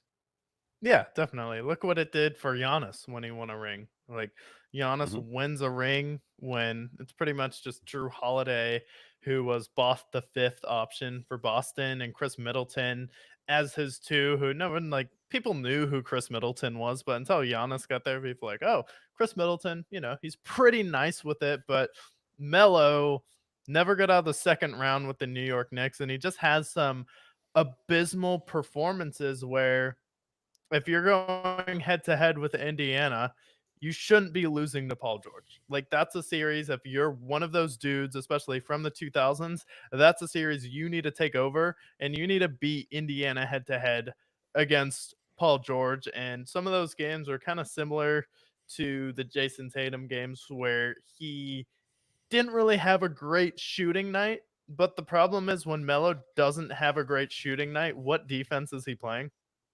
Mm-hmm. Oh, right. Nothing. Exactly. You heard it from the nothing out there. He doesn't play any defense. What defense does Jason Tatum play? Oh, yeah. He's usually guarding the best forward, helps slow down the Mavericks. He can be put on Joel Embiid. And then also, Jason Tatum passes. And he actually got his assists up this year, and he's a stronger physical player. So it's like Melo, I felt like never brought anything else to the table except being a high volume scorer. The farthest he got and the most accomplished year he had was in Denver versus the Lakers, and he ends up losing that series. And then he forces his way out to New York, but they had to trade the entire team to get him, similar to what Kevin Durant has repeatedly hit his head up against the wall doing since he left the Warriors. Would you say that it's fair to say like Carmelo Anthony, let's say Carmelo Anthony, if he said if he went to the Knicks, he like what was initially planned had gone to Miami and they won 2 chips, just like it was with the Heat. Do you think that Carmelo Anthony and Kevin Durant would be in that same echelon? Kevin Durant's a better defender all time. Maybe you put him over the edge, but don't you think their careers would be a little bit more comparable at that point with the fact that he Uh, has the rings there? Or on the I think opposite end, if Kevin Durant never went to Golden State and he had 0 rings. I truly believe this, and I've said this before. I think if Melo went to the Miami Heat instead of Chris Bosh, you know what would have happened in that finals where if Dwayne Wade's like, "Is it your turn to take my shot?" Or LeBron, "Is it your turn to take the shot?" I don't know. Oh no, we just lost to the Mavericks and choked away the biggest colossal failure in the NBA finals in the last 20 years, which is losing to the Mavericks, where Dirk, who's probably, I don't know, Dwayne Wade's won a championship on his own, but LeBron is so clearly the best player in the league at that point, becomes the frozen one that series. You know what would have happened? Melo's been like, I want to shoot. And I think he would have been the finals MVP that series simply because of his scoring prowess. So I think Melo would definitely be in a similar, at least debatable category as Kevin Durant. But now you probably get bumped down below Paul Pierce because he won a finals in Boston and has come up pretty clutch in some big playoff moments. Yeah, exactly. Like one ring for Carmelo Anthony would have done a number to his legacy. But the fact that he ends with 0 is the difference between him being in the conversation with Kevin Durant compared to him being below the conversation of Paul Pierce.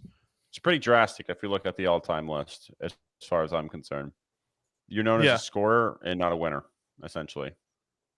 Yeah. And it's interesting because while we have this conversation about his legacy, Damian Lillard is also kind of complaining about the dialogue around him. And Dame has always been one of my favorite NBA players to watch, but he's saying, I guess, consistency always gets boring. Like talking about how people never talk about him. And I think he definitely has a point in this instance because I felt like he's always done way more with less in his situation. He's gotten to the conference finals with CJ McCollum being his second best player, which is pretty ridiculous. He's broken up two super teams at this point. He broke up Dwight Howard and James Harden with that shot, and then he has one of the most iconic shots versus the Thunder and Paul George. And I think he is this era's best player without a ring at this point. And I think he should be regarded as probably the second best point guard in this era if you're putting CP3 before him. I think it's always just been Steph or Dame. So I think he should still be seen as like the second best guy. I would throw Kyrie in the hat too. Like Kyrie, Steph, and Dame. I feel like those Oh, three are like the Kyrie's not three-headed making the monster. conference championship though in the West. Yeah, but he has a ring though, which Dame Yeah, Lillard with doesn't. LeBron, so would Dame. I know, but Kyrie Irving should still be in the conversation. He's still one of the best shooters of all time. Yeah, he's like, He still deserves his flowers with that. yeah, I think he deserves his flowers, but I don't think if you swap them, I don't think if you put Kyrie on the Blazers, he would make it past the second round with CJ McCollum No, as his two. no, I don't think so either. But I think if we're talking about the best point guards of the era, like I guess you could call the five-headed monster, right? You'd have Steph at one, and then you could argue at number two if it's Dame or Kyrie. You'd have Russell Westbrook somewhere, Chris Paul somewhere. But those are like the five. I feel like those have to be the top 5 point guards of the era. Yeah, And Harden. Steph is obvious. Well, yeah. Harden. I'm talking like strictly point guards. Well, yeah, I guess yeah. James Harden's like a guard, so you can count him there. But I'm thinking like just point guards exclusively in that case. Yeah, Uh, definitely. And I think Harden, I think of him as a point guard because when he was with D'Antoni putting up 50, 60 point triple doubles, at one point there was a conversation if he was the best scorer of this era, at least in the regular season. Like there are some pretty iconic James Harden moments there. Won an MVP, something that Kyrie hasn't done. But I think if you put like Harden, Dame, and Kyrie and like swap all their situations, I think Kyrie would probably have the worst outcome if he went to the Blazers or the Rockets. yeah, I think he would have been fine with the Rockets, but I mean the Trailblazers. Lillard had like LaMarcus Aldridge, and he had um, McCollum. Pretty much Trying to it. think of who else he had is on his team at one point. He had I mean, we can be honest and Dennis say Canner. yeah, like the Trailblazers have had, I mean, like the Rodney Hoods of the world, the Seth Currys. Their roster is definitely not fantastic. There's no argument there. Um, I just think for all time, if we're talking about point guards of this generation, I think Kyrie deserves a shout out too. Yeah, he definitely deserves a shout out. I think I would still put Dame above him just because Kyrie has the iconic shot in the finals. If Dame was in the same position, I think he would have taken the challenge upon him, and they probably would have won 2 finals in Cleveland if he was there, and then because he probably wouldn't have gotten hurt in the first time in 2015. And I then think Dame would have also also stayed. I think Dame would have also stayed in Cleveland. Like I wouldn't. y I don't think there's a better chance that LeBron would have stayed in Cleveland because I don't think Dame would have left if Cleveland. If he was drafted in Cleveland and played in Cleveland, I don't think he would have left Cleveland even after he won a title. Like I think him and LeBron, maybe they win in 2015, maybe they don't. They beat in 2016, and then I mean the last finals that LeBron made in Cleveland with nobody. I think you're talking about a different series if Dame is there. More people are attracted to go to Cleveland, and I don't think Dame would ever have left Cleveland. I think he would have just stayed in Cleveland.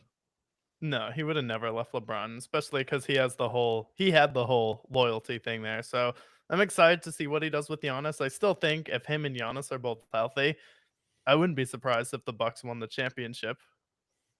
No, not at all. I don't. I think that's it's definitely attainable. I want them to get younger around the Bucks. Like I want get rid of some of the older agents, get rid of the Brooke Lopez's of the world. I think you could still package Chris Middleton and get somebody a little bit younger out of it, but I think those two alone, I think, are a good pairing.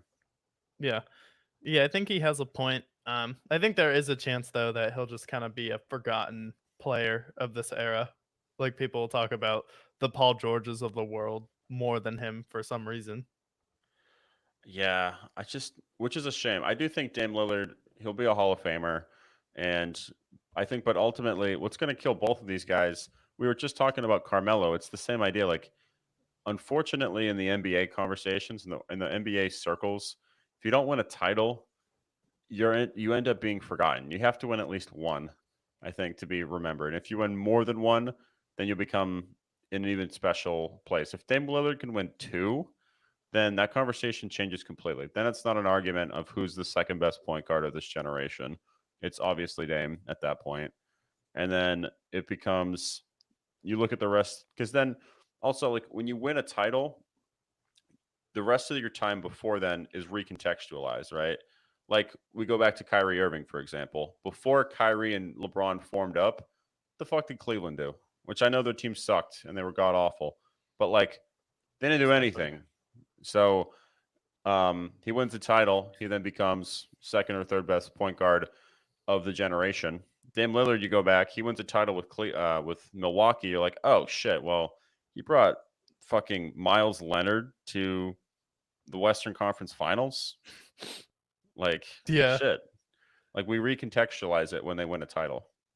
Yeah, I think we should still like the problem is we should still contextualize it because that team was terrible. Like it was Annis Canner stuffing peanut butter and jellies during Ramadan at halftime. It was Seth Curry and it was CJ McCollum as your two. And he's been a two in New Orleans right now, but I think he definitely has a point and hopefully the Bucks pull it together a little bit, but I still don't think they have enough to beat Boston right now, but I definitely think they're still the second best team there. But it's pretty much it for sports there. But you did you're wearing the shirt now. You went to see Creed 2024 because if Free ticket. you don't like Orange Man because you think Orange Man bad, or you don't think Kamala because she cackles too much, maybe she just doesn't do it for you. Maybe you just don't vote in general or pay attention to politics. Well, one thing you can't deny is Creed putting on the new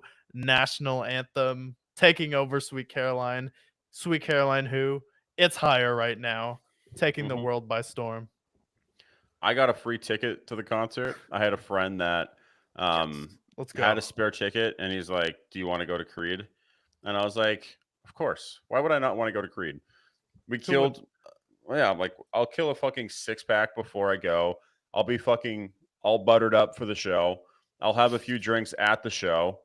And then when Creed comes on, I'm going to be the biggest fan of Creed because it's just, I think when you're in a certain place like that, you have to embrace the band that is Creed, which Creed, for the longest time, like I think before I talk about the concert, I think I have to talk about like the history of Creed because a lot of people won't know.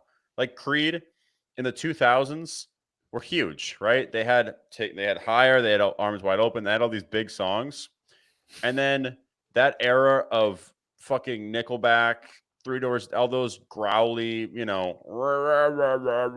Days Grace, ended. yeah, it just died. Yeah. Yeah, it just died. And everyone were like, Creed specifically, they became like the Minecraft of that era. And you'll understand in a second when it comes around.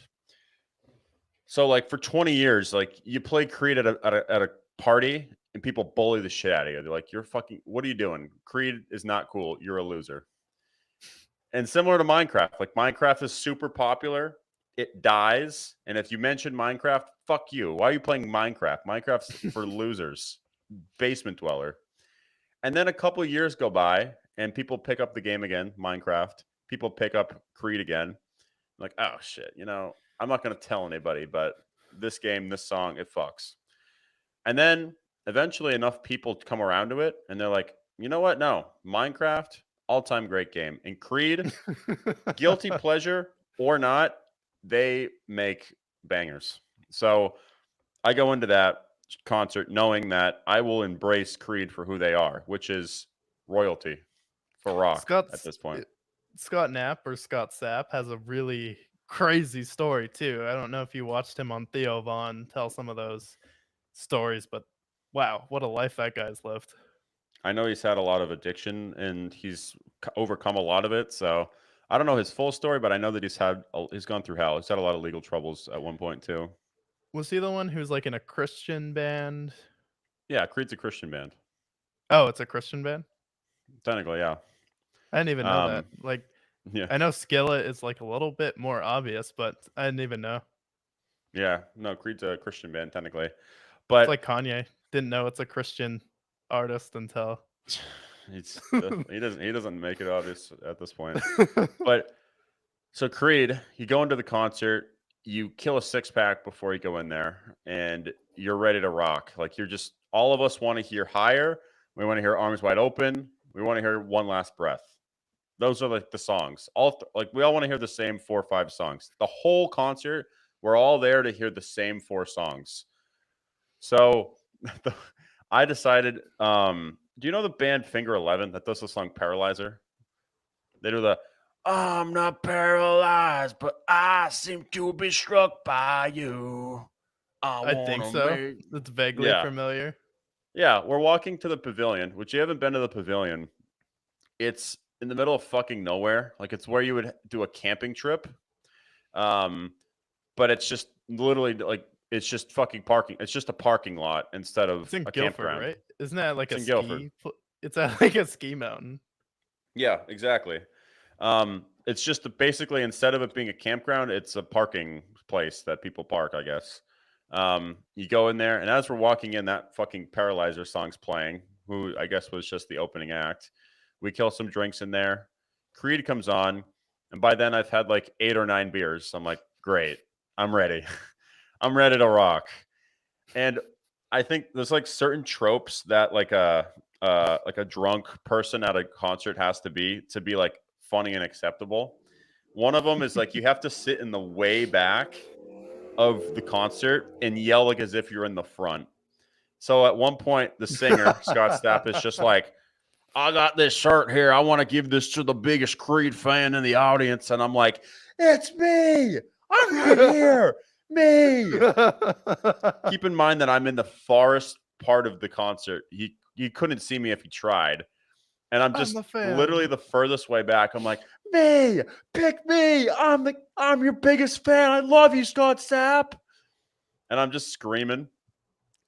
And then like the first half of the show, they're just playing all their new stuff that no one gives a fuck about because it's Creed. No one's heard. Like, nobody cares about fucking who cares? They could never make another song again and it won't matter. They'll still make royalties. It's like when Green Day tries to place like Uno Dos, like, no, stop no, it. No. Stick to Basket Case. Stick to American Idiot. But Creed, the first half of the concert, they're not playing any of their songs, and people are just kind of like waiting patiently. And then in between sets, Scott Sapp has had an interesting life. Look into his story; it's very interesting. One thing is like, you ever talk to a friend that like maybe they smoke too much or drink too much, and like when they go to like talk about like motivation, they're not really saying any words, but they're just they mean it like from the heart. They'll be like, "Dude, man, I'm just doing. You got to be working, grinding, man, and you're just You peace just and gotta love, be man." duding, man. You just gotta be Yeah, grinding, dude, man. Then you're like, what? What did yeah. you just say? So, like every 2 or 3 songs, he'd be like, "Hey, old man, David," and he's the singer from Creed, so he's like, "Hey, man, we're about to find this man, and you gotta be peace and love, and I feel the love in the air, man." We're like, Whoa. half of us are like, "What did he say?" But he We just don't we don't know feel what love. we You're don't know not if he's singing a playing your song. We old don't know if stuff. he's saying something meaningful, but he's just like, "Hey man, there's a lot of energy in the air. We're gonna be peace and love, and we're loving the air, and I just feel the love and the air and peace." And I'm just like, "Yeah, yes, love. We love love." Just We love love. I'm just like, I just I think the 9 beers just made me obnoxious, and I was okay with that. Yeah. I was just You're he's outside just at least. yeah, we're at the pavilion, exactly. So he's just like uh he's just saying like they want to divide us, but we're here for love and we're here for unity, and tonight we're gonna unite. And I'm like, yes, unite! Unite. I love you, Creed. Yes. And then eventually they play their songs, and everyone is exactly what they came for. They played higher, and it was fucking magical at the pavilion outside in the summer. Nice summer night in New Hampshire. You're like, this is Did he exactly how it wants to What'd be. he say about New Hampshire? Did he know where he was? Like I don't think he did. I think he just clocked into work and did his job and left. Uh, so they played higher. They played arms wide open. They played one last breath. But another trope that I mentioned, you know how I wanted to be the obnoxious fan in the Creed concert? Oh yeah. You know how they always will play a song, they'll leave the stage, and then they do an encore? One more song. Yeah. Yeah, they do the one more song. Let's I go. there's two iterations of that. So when they leave the first time, I'm like, guys, we can go home now. The concert's over. Guys, we're leaving now. Come on. They're done. We're done. So I kept saying that. People were like just staying. I'm like, guys, it's time to go. The concert's over. And then you see them walk back on the stage like, wait, no way. No way they're doing another song. No way. And then they go and do their last song. And then it's Was it actually higher? over. I think they ended with one last breath. But Oh. then they go back off the stage again because it's over. And I'm just like, They're guys, gonna what are you do one. doing? There's another song. Don't leave yet. They're not done yet. These guys are rock gods. They're not leaving after this. So These I'm guys just, are rock gods. Yeah. these guys are rock gods. So I'm literally just, I don't know. I wanted to be at the Creed concert the most obnoxious fan. I think that's the only appropriate way to be at the concert. I mean, yeah, it's like a millennial boomer band. So most of the people there, the medium age there is probably like 45, 50. I was surprisingly there was two types of people. The people you mentioned, and then people like me who are just there for hire. Like they just were they're just the people who have the touch tunes and they queue up higher at every bar. And then there's the biker gang who just listen to them when they were in their 30s, and that's their band now.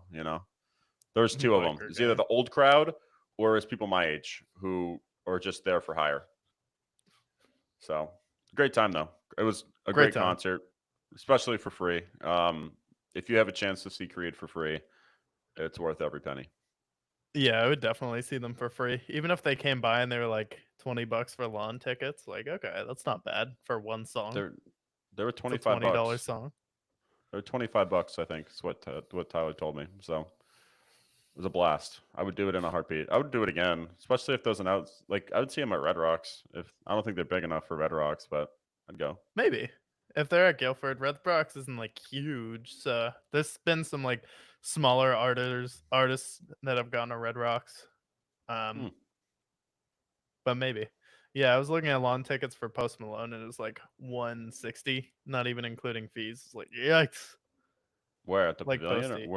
where was that? Yeah, that like the pavilion in Austin and Houston and Dallas, it's all like 160 for Post Malone. It's like when you It's have so someone big. that popular, you're probably gonna spend like 200 per ticket on Ticketmaster because Ticketmaster is a complete scam and Yep. abomination to humanity. I don't understand why Ticketmaster is allowed to double charge you for tickets at this point.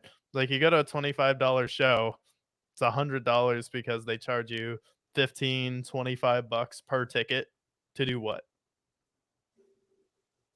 To just literally just to that's just because they can. That's literally the only reason why they do it. I never understood that. They just charge the fee because they can, and the I government know. doesn't. They're not It's gonna do evil. anything to stop it because every other app will do it too. It's like when we went to the mothership, you buy the tickets on the website, it's only a $5 ticket charge compared to like 25. Yeah. Some apps don't do it. Like they don't charge the fee, but they just bake it into the price. So it's the same thing. So instead of paying a ticket for 150, it's going to be 170. It's like, okay, well, it's no fees, but there's a fee already baked into it, you know? Yeah, exactly. Like I was gonna go see Suicide Boys and Denzel Curry because they're in town.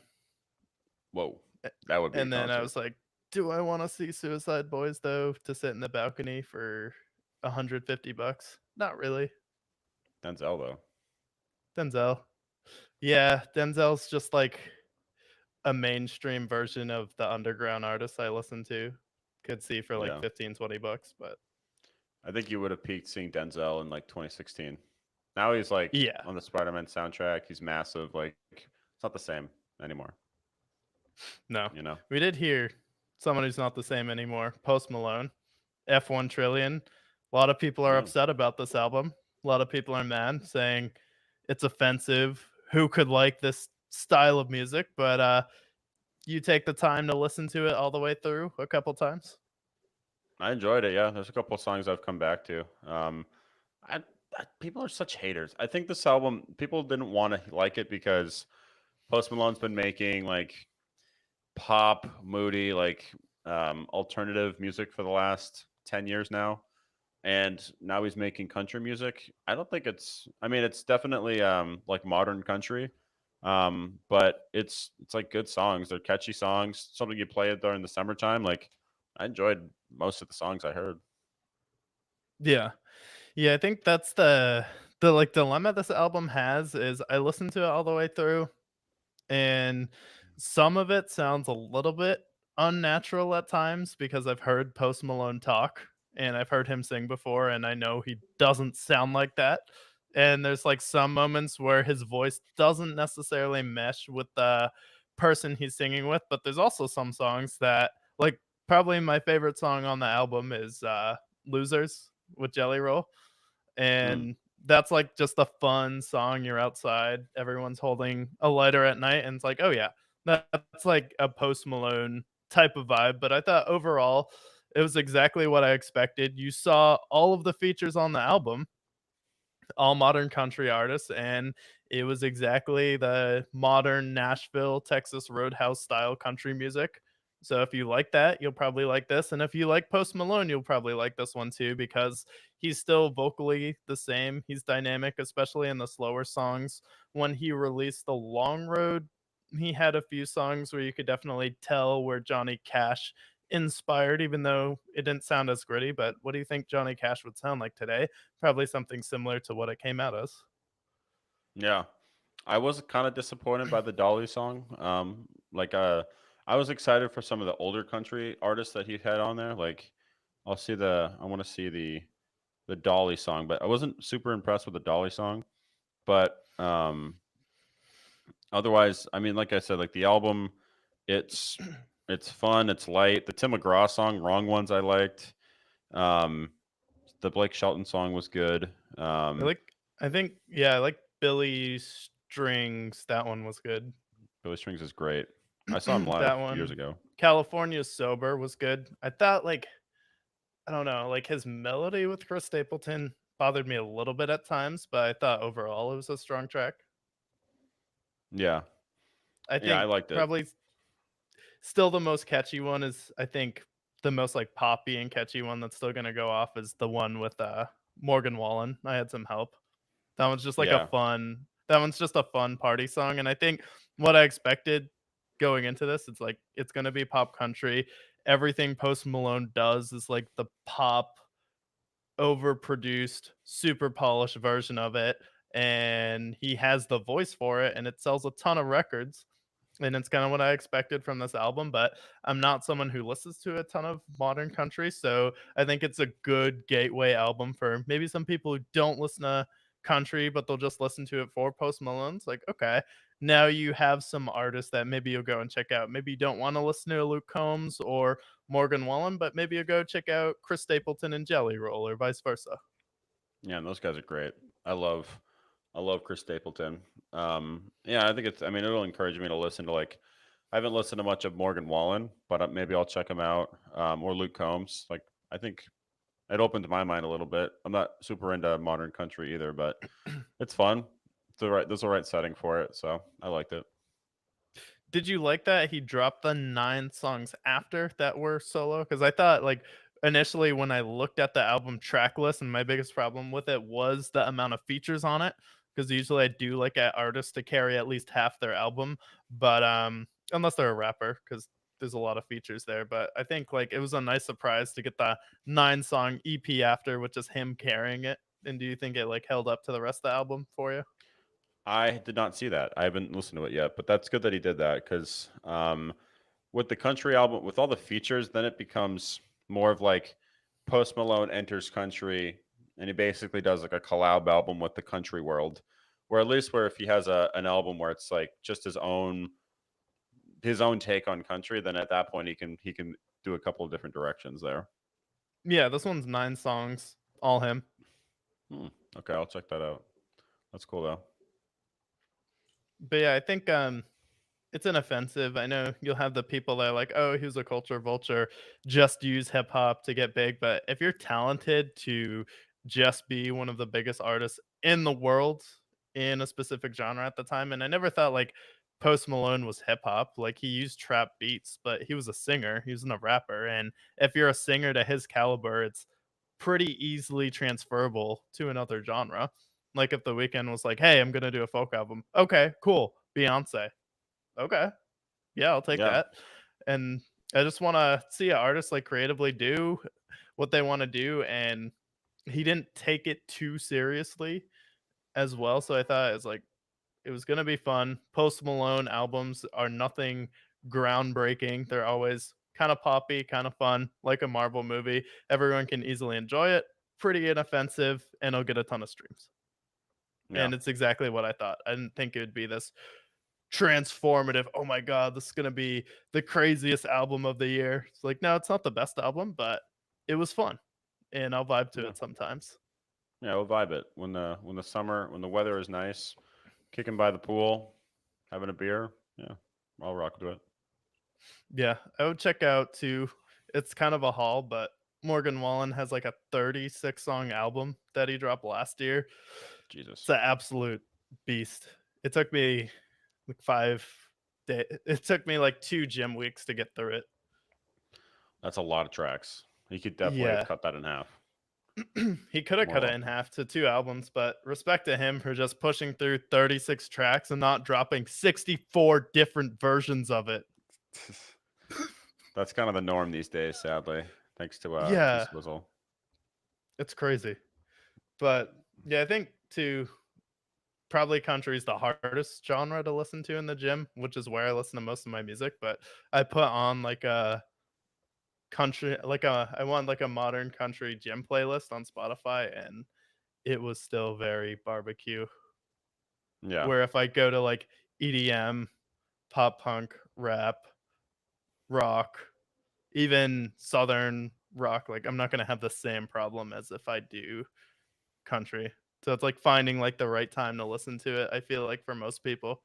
And I You feel like should. it's a genre that unnecessarily gets a ton of hate. I don't understand why, more than any other genre, people just bash it for no reason. I think it's the most like commonly formulaic like genre like that. And I think pop music and country they've always kind of bridged together. But I think that people who don't listen to country can see how formulaic country can be, especially with like maybe not like the big dogs, but maybe more like the people who are like the one hit wonders. You just see the same tropes.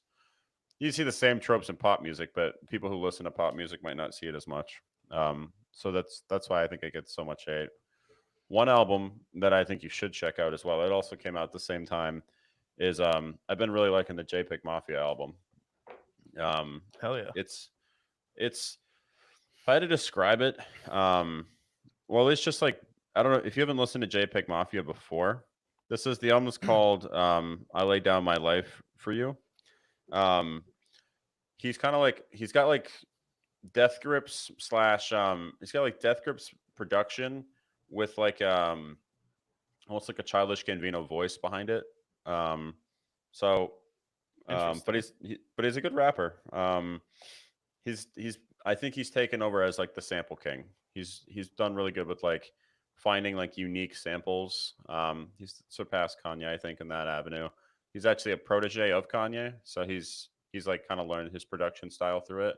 So it's like very well produced, really great sample work, really great features. The Denzel Curry song is great.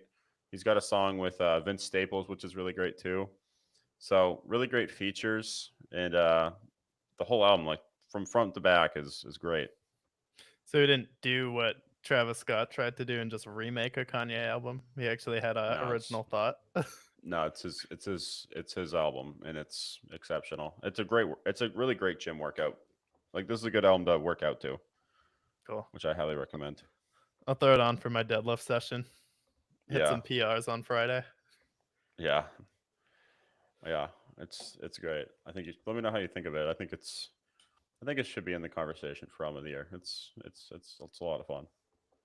Yeah, especially for hip hop. It'll probably be something like F1 Trillionaire or I don't know who else massive. Did Dead Poets Society come out this year? Probably. Not that'll win most likely. Yeah. Maybe if Vultures too, probably not. But if Kendrick drops, are we getting a weekend project this year?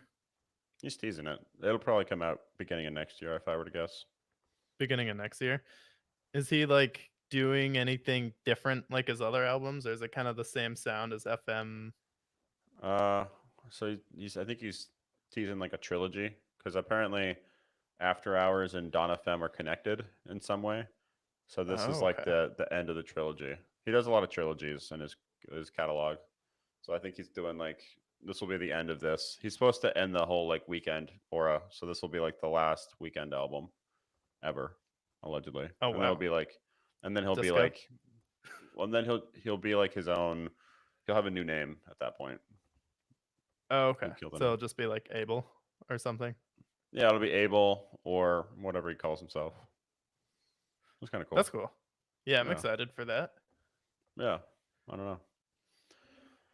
And then I But think ASAP Rocky drops an album next week. We'll see how that is. Yeah, nothing else really. wasn't that supposed to come out last year? Like I thought he released like a single, got everyone hyped. Did that kind of get backtracked?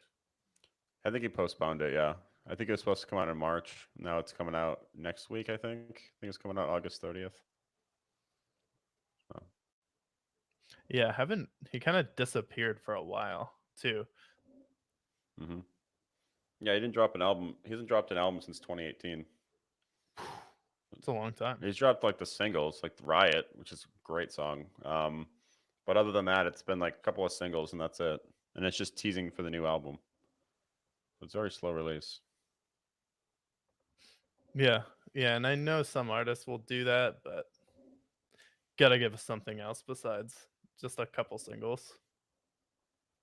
Especially when you're ASAP. Like you were like 2010s, like you had some good albums there. So I think hopefully it's good. We'll see. I don't have high expectations, but we'll see. Yeah, hopefully it's a good return to form. But recap the entire season last year. What happened? What did we learn? Complete history lesson from the Brickyard. So hopefully, if you're tuning in at the end of this, go back and watch that. And also went over some preseason quarterbacks, a little bit of NBA, thoughts on F1 Trillionaire, but most importantly, stay brick brick. on 3.